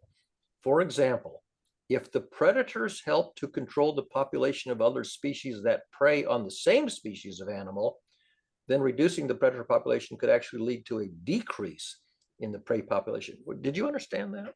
Could you diagram that sentence? I kind of understanding it, but I'm not reading it word per word, but I'm just getting the big picture of it. So it's other factor that affect this. It's not just a direct, simple as that. Is you think of it, you let's say you remove one species and then the other. I see. There's two predators. So if you reduce the predator,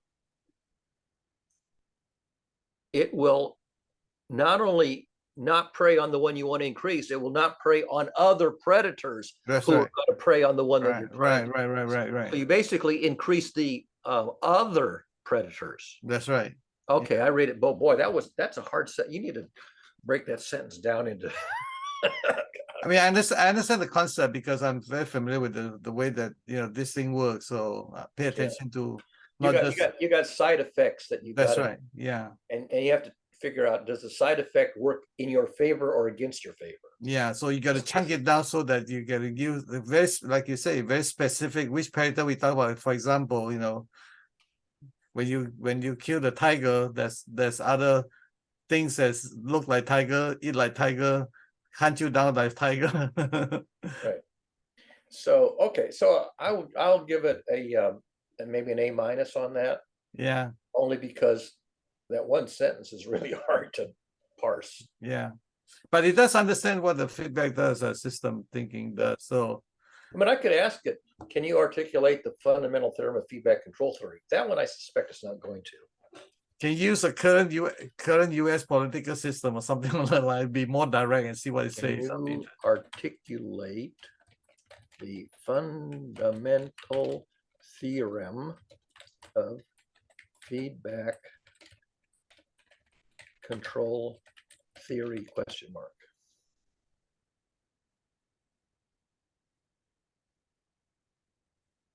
By the way, we're approaching 11 o'clock, okay, just to let you know, I gotta The leave it. fundamental theorem of feedback control theory says that if a system is stable and linear, then there exists a controller that will achieve any desired behavior.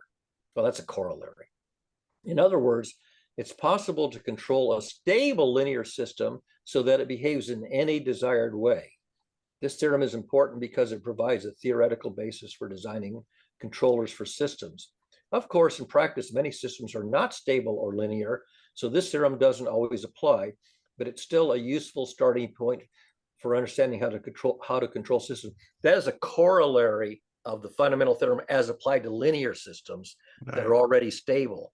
Right. Any system, the two things that are absolutely necessary are, number one, you have to observe the current state of the system reliably and timely. And number two, you have to use the difference between the current state and the desired state to compute the available correction that you can apply to it. It has to have controls that if you turn them, it would make a difference. That's right.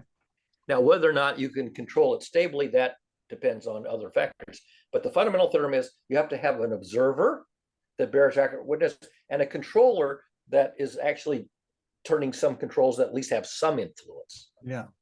The way I think about it is that any system you want to change anything or get feedback, you keep everything constant and change one variable or one parameter very carefully and small and see what the effect that small change that you make and created other changes and Right. pay attention to all the changes. I'm doing fine, except my steering wheel doesn't actually do anything. Okay, so I can tell exactly where I am, but the controller is not doing anything. That's It's right. not turning the wheels. Right. Okay, so yeah, and that's a very powerful theorem. And once you've articulated it, it goes duh, and it's so duh that it's there in bearing accurate witness is a key requirement. It's all the way back there in the Old Testament, and yet here we have 8 billion Homo sapiens who don't seem to appreciate that. Well, I believe that we can build simulations that like a SimLife does or whatever does that simulate the human behavior of each country and each belief system and go from there, I guess, from that perspective. Anyway, Go ahead, Josh. I was just going to say that the modern day bearing accurate witness is different than the older time due to the fact that we have now electricity and light, so we can't bear accurate witness to the stars in the sky because we're being distorted by the light pollution. But if you use that as a metaphor for all the other different aspects of life that are making it harder to bear accurate witness, such as living in a large metropolis city like Chicago or New York or Tokyo, it's very difficult to bear accurate witness to what's going on around us when we have put barriers and gates in front of the loop system and the intake system. For example, in suburban towns, they have garage doors that close, doors on your house that close, and people are no longer spending as much time outside. So it's hard to bear accurate witness to what's going on with your neighbor next door. Thank you. So I'm just saying there's a lot of systems that are creating a barrier to the ability to see and observe. If you see a movie scene where you have a criminal who's going to break into a building, the first thing they do is they disable the security cameras. They spray paint the lens of the security camera so that it cannot bear accurate witness to what the criminal is about to do. I mean, it's not like people don't know it. You know, you'll see this in the movies. You disable the video cameras. Did you want to say something, Sam? I didn't want to cut you off. Yeah, so a lot of people ask me about, because I studied Buddhism for over 40 years and all that stuff. So what's the top secret of Buddhism? If you only one sentence and a few words to describe what it is that be true to yourself. Tell yourself the truth. So that's, I would call it the atomic level of the, if you cannot tell truth to yourself because you're so, how should I say, distracted by other things, that you have other, what I call hidden agendas. If you can't even say truth to yourself, how could you say truth to the bad witness to the truth of the feedback? Yeah. And establishing the truth of the reports of others. That's right. How do you validate the reports of others? And you know the clown named Emmett Kelly. The given name Emmett is a biblical name, and Emmett means truth. The name Emmett comes from the Hebrew word emet, which means truth, and the word Torah, which is the name of the Old Testament, is also a dictionary word. Torah is just a dictionary word. It means truth. It means theory or science. Torah, theoria, I behold in Greek. Torah is just the word for science or theory. Emet, theory of truth, is how you say epistemology in Hebrew. Theory of truth, Torah emet, epistemology. How do you determine what's valid, reliable information, what's bogus and baloney? Baloney detection kit. Go ahead, Joshua. Well, I'm saying you have a lot of wisdom from the Jewish traditions and the understanding of the laws of Judaism and that sort. And Sam Chan has a lot of understanding of laws going back to dynasties as far back as the Jews. But I'm saying that culture of Judaism, the culture of Chinese dynasties, and a completely different language and philosophy and understanding of even how you present yourself and live. I've spent a little bit of time, quite a bit of time studying what they call in the West Eastern philosophy, but in the East, they just call it philosophy. Right. So the idea of us crisscrossing and sharing the visions and the knowledge of these different cultures, I believe now is that singularity point where we get to do it in a way we never have, with tools of communication that we never had. Yeah. Meaning, Sam, if you were to speak in your native tongue, it would be very different than translating it into English. That's what I see missing. I spent, what was it, 2 years ago, I got on that Clubhouse app. I went into the Chinese rooms and I clicked on the new translator that came out by Apple. And what I was hearing the people say in the Chinese rooms were a completely different conversation, because it was a completely different view of reality, because they were talking about things like honor, respect, saving face, how we work with each other, how is it beneficial to each other. Whereas in the Western rooms in English, it was a completely separate conversation. It was night and day. That's right. And then, yeah. And the ideology that you're espousing, Barry, is such wonderful wisdom from, I grew up with a lot of Jews. My family were Jewish, and we would say the prayers in Hebrew before we ate at different meals. And there's so much value to be had in that culture. But when I grew up, I wanted to share the Jewish culture with my friends, and I couldn't, because my Jewish friends were like, oh, they're not Jewish. We don't share that culture with non-Jews. And the few places that I found that would be willing to do that, they were only willing to do that in their rules. So when I go to the synagogue or the temple next to my house in New York, you must separate yourself from the women, you must do this and that. And there's all these rules that make the barrier of entry harder. And I think that's what's most important, at least moving forward from this point on, is to make those barrier of entries easier by what Sam Chan said earlier, is that listening is more than just empathy. It's about not judging.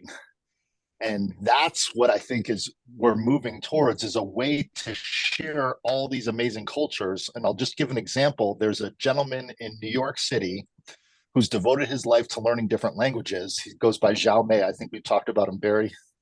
Are you familiar with this guy, Sam? Both No. Sams? Yeah.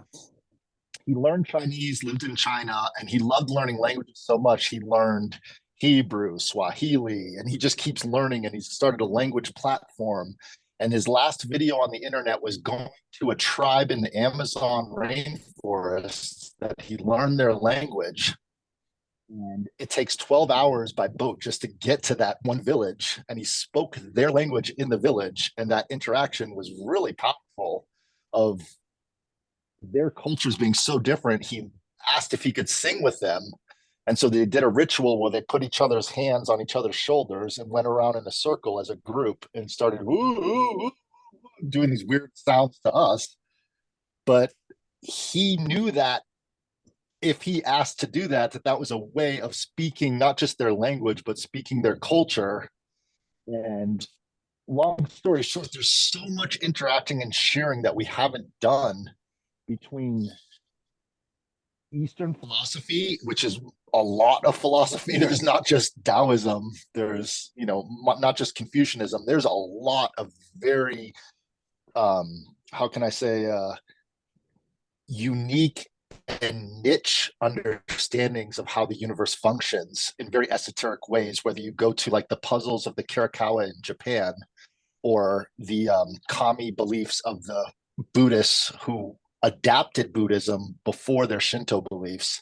And there's a lot of very unique niche understandings of observing the world in ways that are so foreign, it would blow your mind if you took the time, took 3 to 4 months to read their mentality and then reread what their writings are translated, or have the large language models read it to you in both their language and then in your language, and pick a voice that's soothing for your ear. Because I think that's what we're about to get to, is when I use that Pi app that I just showed you, there were 4 voices on there. 3 of them irritated the shit out of me, and only one I could listen to.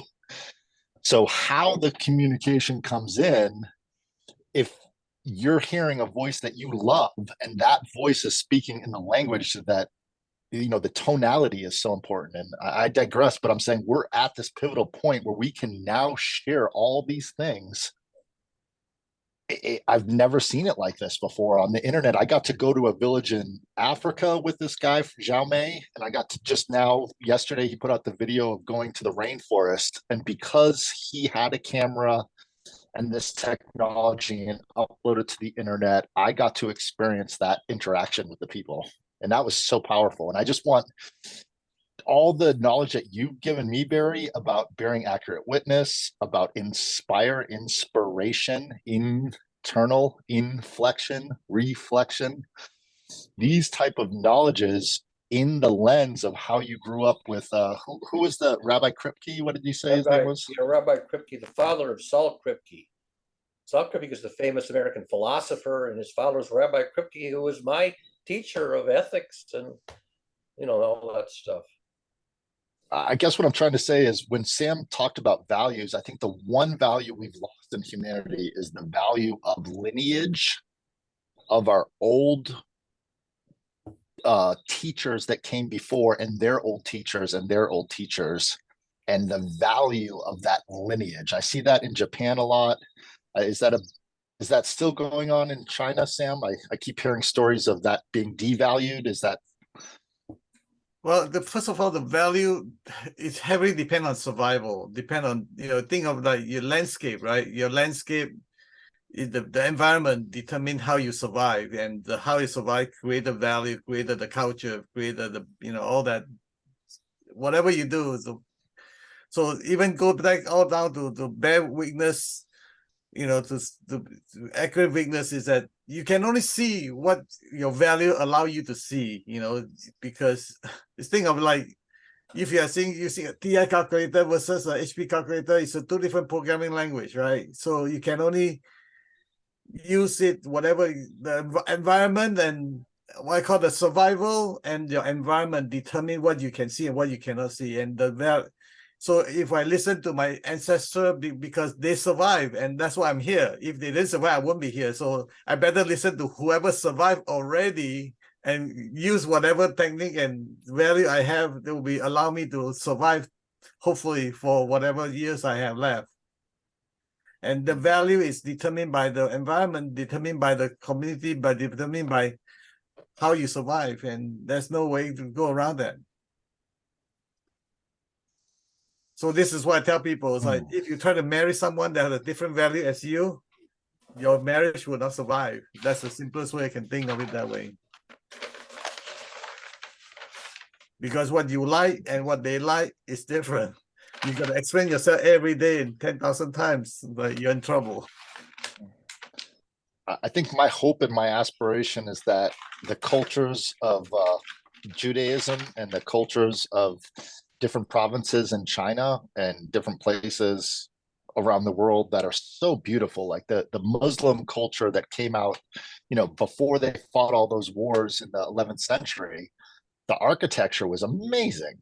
And the knowledge of mathematics, and there's just so much beauty in the historical cultural aspects, not just the survival, but the artistic expression of life that could give value to other cultures. In other words, I love America mostly because I think it's an experiment to see what would happen if multiple places in the world came to one place and tried to survive together. And in the same environment. We've just begun. Remember, all the people come together in the same environment. They all have to have the same value from now on. Yeah, and the first thing we did when we came here, we separated. The Germans went to this place, the Italians went to, we've still, if you go to Los Angeles, it's all separate little zones. But that's the only way they know how to survive when they arrive. But after a while, they get comfortable and they learn how to survive, and then they can leave, right?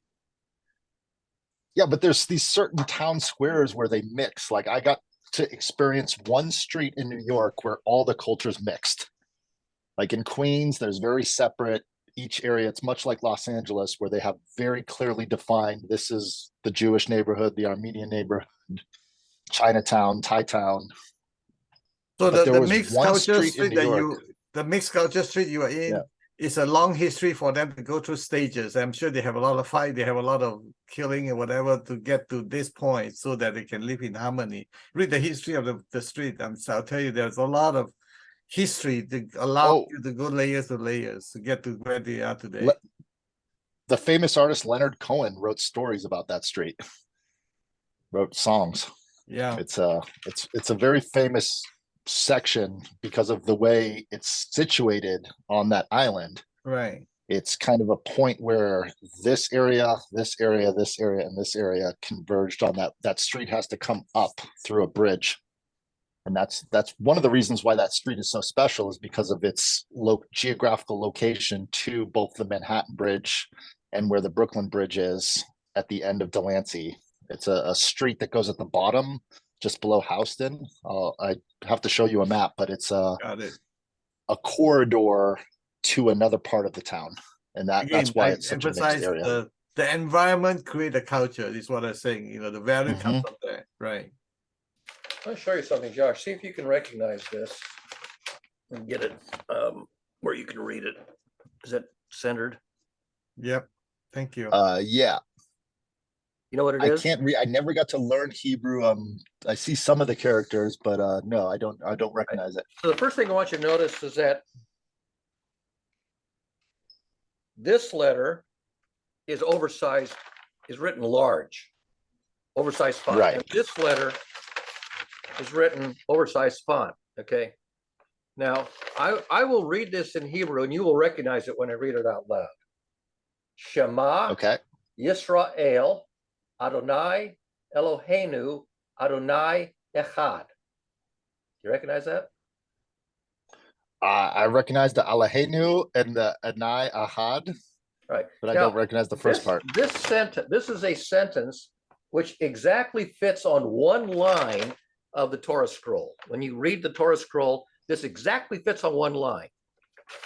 And this sentence is recited, I think, 3 times in a typical service. And this is the affirmation of one God. This is monotheism. There's only one God. So it says, Shema, listen up, pay attention, hear. Shema Yisrael. Yisrael is just everybody, all the people. Shema Yisrael. All the people listen up, struggling. everybody. You getting it yet? Adonai is the reference to the name of the deity. It's a pronoun. Okay. Echad is the number 1. Okay. So Adonai Eloheinu Adonai Echad. It means, listen up, everybody. Adonai is the pronoun that we use to refer to the deity, and there's only one, monotheism. So echad, this is echad, that's the word one. Okay. Now, what's interesting is that when you look on the Torah scroll to read this, you see this ayin letter written twice as big as all the other letters. And you see this daled, the D letter, also written twice as big. Now, ayin is a letter of the alphabet, obviously, and it means I. Ayin is I, okay? And daled in Hebrew, it's gateway or doorway. It's between where your dwelling is and what's out there. The 2 letters ayin daled makes a 2-letter word, ad. And the word ad, and there are very few 2-letter words in any language. Guess what the word ad means? I'll let you go, Sam. I have no guess. Witness. We don't. It means Witness. witness. What's interesting is that the reader who is reading from the Torah scroll and reads this affirmation of monotheism, one God, sees ayin daled. And they go, this is the word for witness. But they don't actually say witness, silent witness. This is a very powerful message to the reader who recites the affirmation of monotheism and sees unarticulated out loud this word at the beginning and the end, witness. That's how important bearing accurate witness is. It's hidden right there in the affirmation of monotheism in Judaism. Now, how do I know that? At one time, I was a member of the Reformed Temple in Tinton Falls, New Jersey, which is a Reformed temple, and we had the very first female rabbi, and she gave a sermon about the Shema, because that is always recited, and it's also in the Torah itself. So there's 1 week in which you actually read it in the Torah as opposed to just in the regular service. And she says, I want everybody in the congregation to come up on the bima, and I want you to look at the Torah scroll that I have here, and I want you to look at this passage. And she explained, look at the ayin and the daled. I out the door, look outside, and that means witness. That's how come I knew this. I would never known that. And I gave that little story to a class of journalism students in Utah State University. And 2 of the students made their versions of that story. That was the one I showed you is one of the 2 of them. They're in this tube. These are kids from a Mormon state of Utah.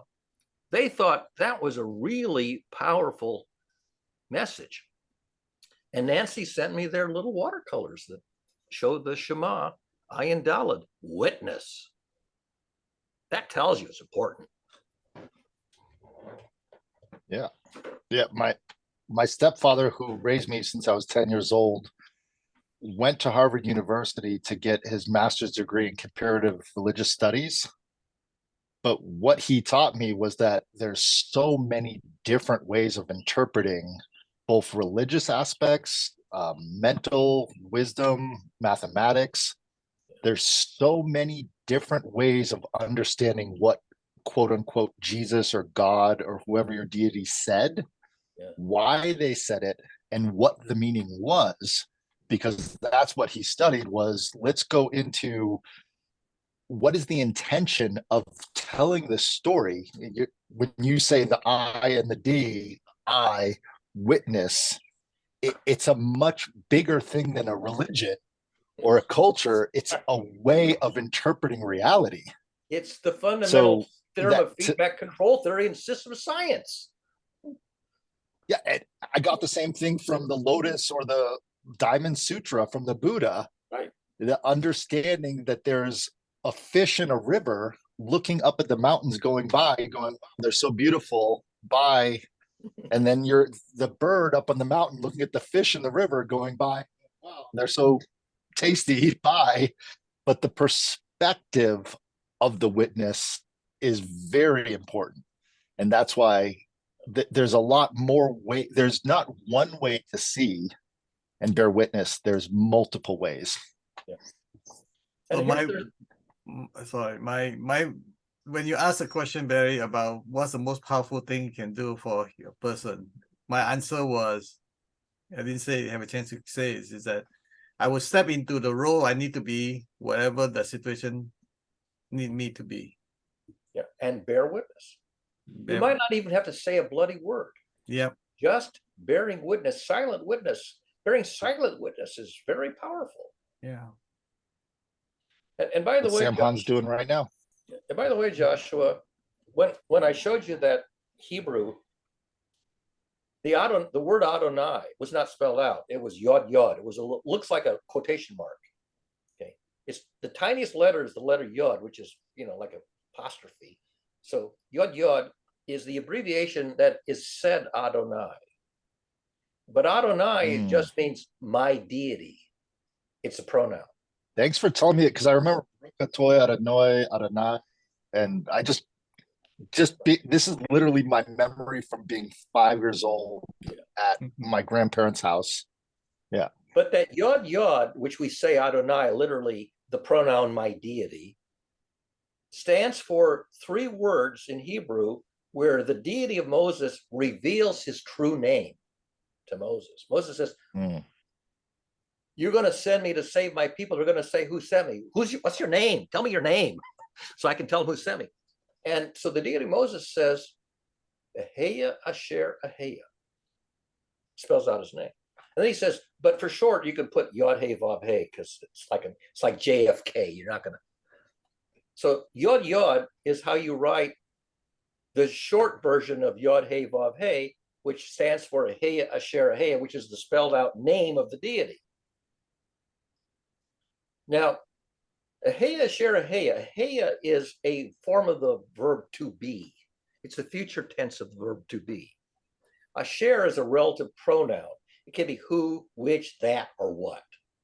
So Aheya Asher Aheya. Have you ever heard of Ke Sarah Sarah? It's essentially what will be, will be. That is actually the literal translation of the name that the deity of Moses gives Moses. And so that Yod Yod is basically what will be, which is an awkward thing to say in English. So I prefer the English gerund for being, which is becoming. So, so the spirit of becoming, the phenomenon of becoming, the process of becoming is how in English you would interpret the name of the deity of Moses. And we don't say that name out loud, we say Hashem, the name. Now, go to the New Testament. You have a central character whose name is Yehoshua. Yehoshua. Joshua is Hoshua, which means savior or rescuer. Yehoshua. The process of becoming is going to save you from going down the tubes. That's what the name means. Yehoshua. Yod Yod. Yehoshua. Becoming saves you from the Darwin Award.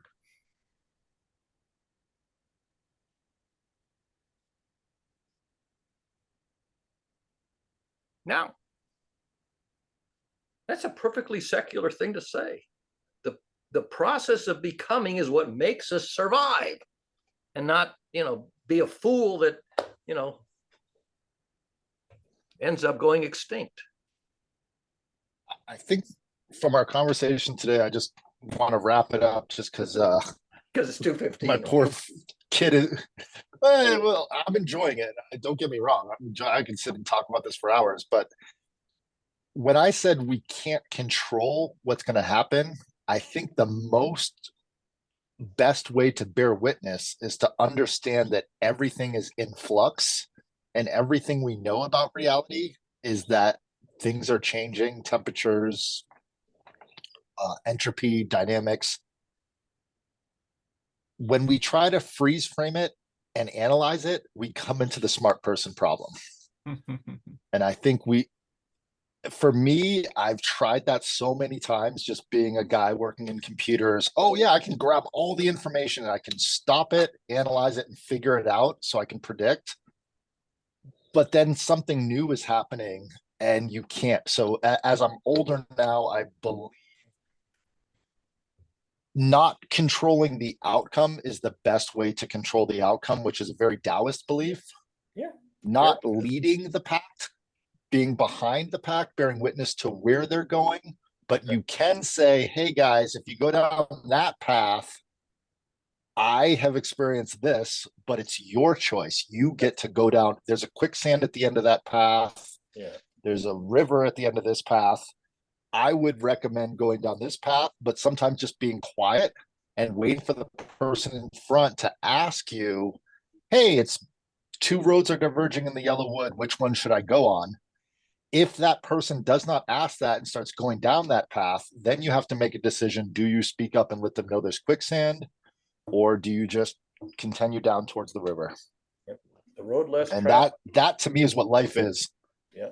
I think the road is just allowing for people to make. That's what I learned in the Occupy movement. We had a bunch of college students come and take over our movement for a while and misdirect it.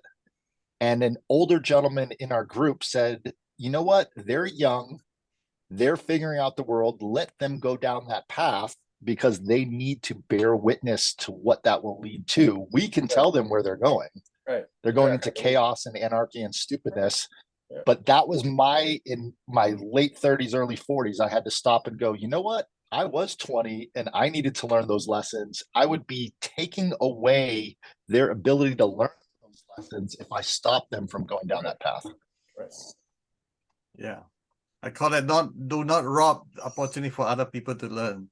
If you help them, you robbing their opportunity to learn. Whatever will be, will be. By the way, when Carl Sagan defines the word cosmos, he defines cosmos as all there is, or ever was, or ever will be. Define what the word again one more time? Cosmos. Cosmos, okay. All that is, or ever was, or ever will be. Will be what will be. What it is what it is, it was what it was, it will be what it will be. That's the name, that's the definition of cosmos, and that's the meaning of the name of the deity of the Old Testament. Que sera, sera. What is happening is what is happening. What happened is what happened. What's happening now is happening now. And what is going to happen is going to happen. The process of becoming is underway, and you're in it. The process of becoming, the phenomenon of becoming, the spirit of becoming is underway. You're in it. I come to many times I come to this conclusion, and I can say that I'm not enlightened with that yet. So I'm not a master in that department yet. I'm working on it. But I come to that conclusion so many times, and the first time I got to it, I was like, "Are you pessimist or what?" When you are not doing anything, it's like give up your hope, whatever that is. And in Chinese language, we call it the middle way. It's like this mother is the middle way. So allow the water to flow. You're in attendance of the zeitgeist, the time ghost. Yeah, time ghost is underway. It's what's happening is what's happening. Yeah. All right, 11. 23 right Yeah, now. let's wrap it up. I was going to say, I thank Sam Han for recording and bearing witness digitally, at least, and that's the best that we can do for now. It'd be And, fabulous when I do want to invite more people to these conversations. well, this What's that? conversation is one of the ones that if these AIs can process this, it can take this whole thing and boil it down to, I don't know, whatever you want to boil it down to. Yeah. Good luck. Well, I think we're in this. Yeah, I was going to say, I think we're in that singularity loop right now. So it's going to be up to human beings to have great conversations, great storytelling, and give that back to the system and vice versa. And I think that's how we were created Yeah. with little tiny microorganisms. So it's just a natural process. Yeah. But even, I mean, even these chatbots, they're gonna say, are you doing what you are doing? It's a tautology. Yeah, I am doing what I am doing. I am becoming what I am becoming. I was what I was. I am what I am. I will be what I will be. That is literally the name of the deity of the Old Testament. Yeah. Well, I'm going to take this little bug into my daughter. And All right. Bye. cheers, guys. Go. Thank you so much. Thank you. I'll see if Sam wants to stop the video or not here.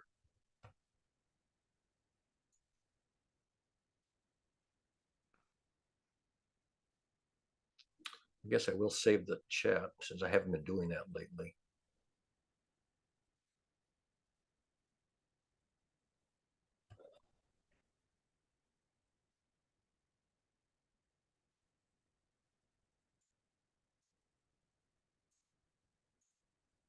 Actually, where's the button for saving the chat? They moved it. There it is, save chat. Sam, are you there? You want to stop the recording?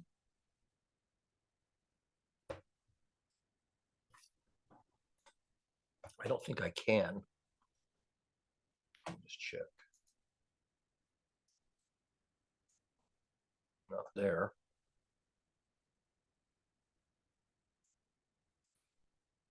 Nope, I can start my own recording, but I can't stop Sam's. Well, okay, Sam, it was 26 minutes after the third hour. And since you're not there, I'll simply have to tell you how long to go. And I'm going to leave, but not end the meeting because I can't.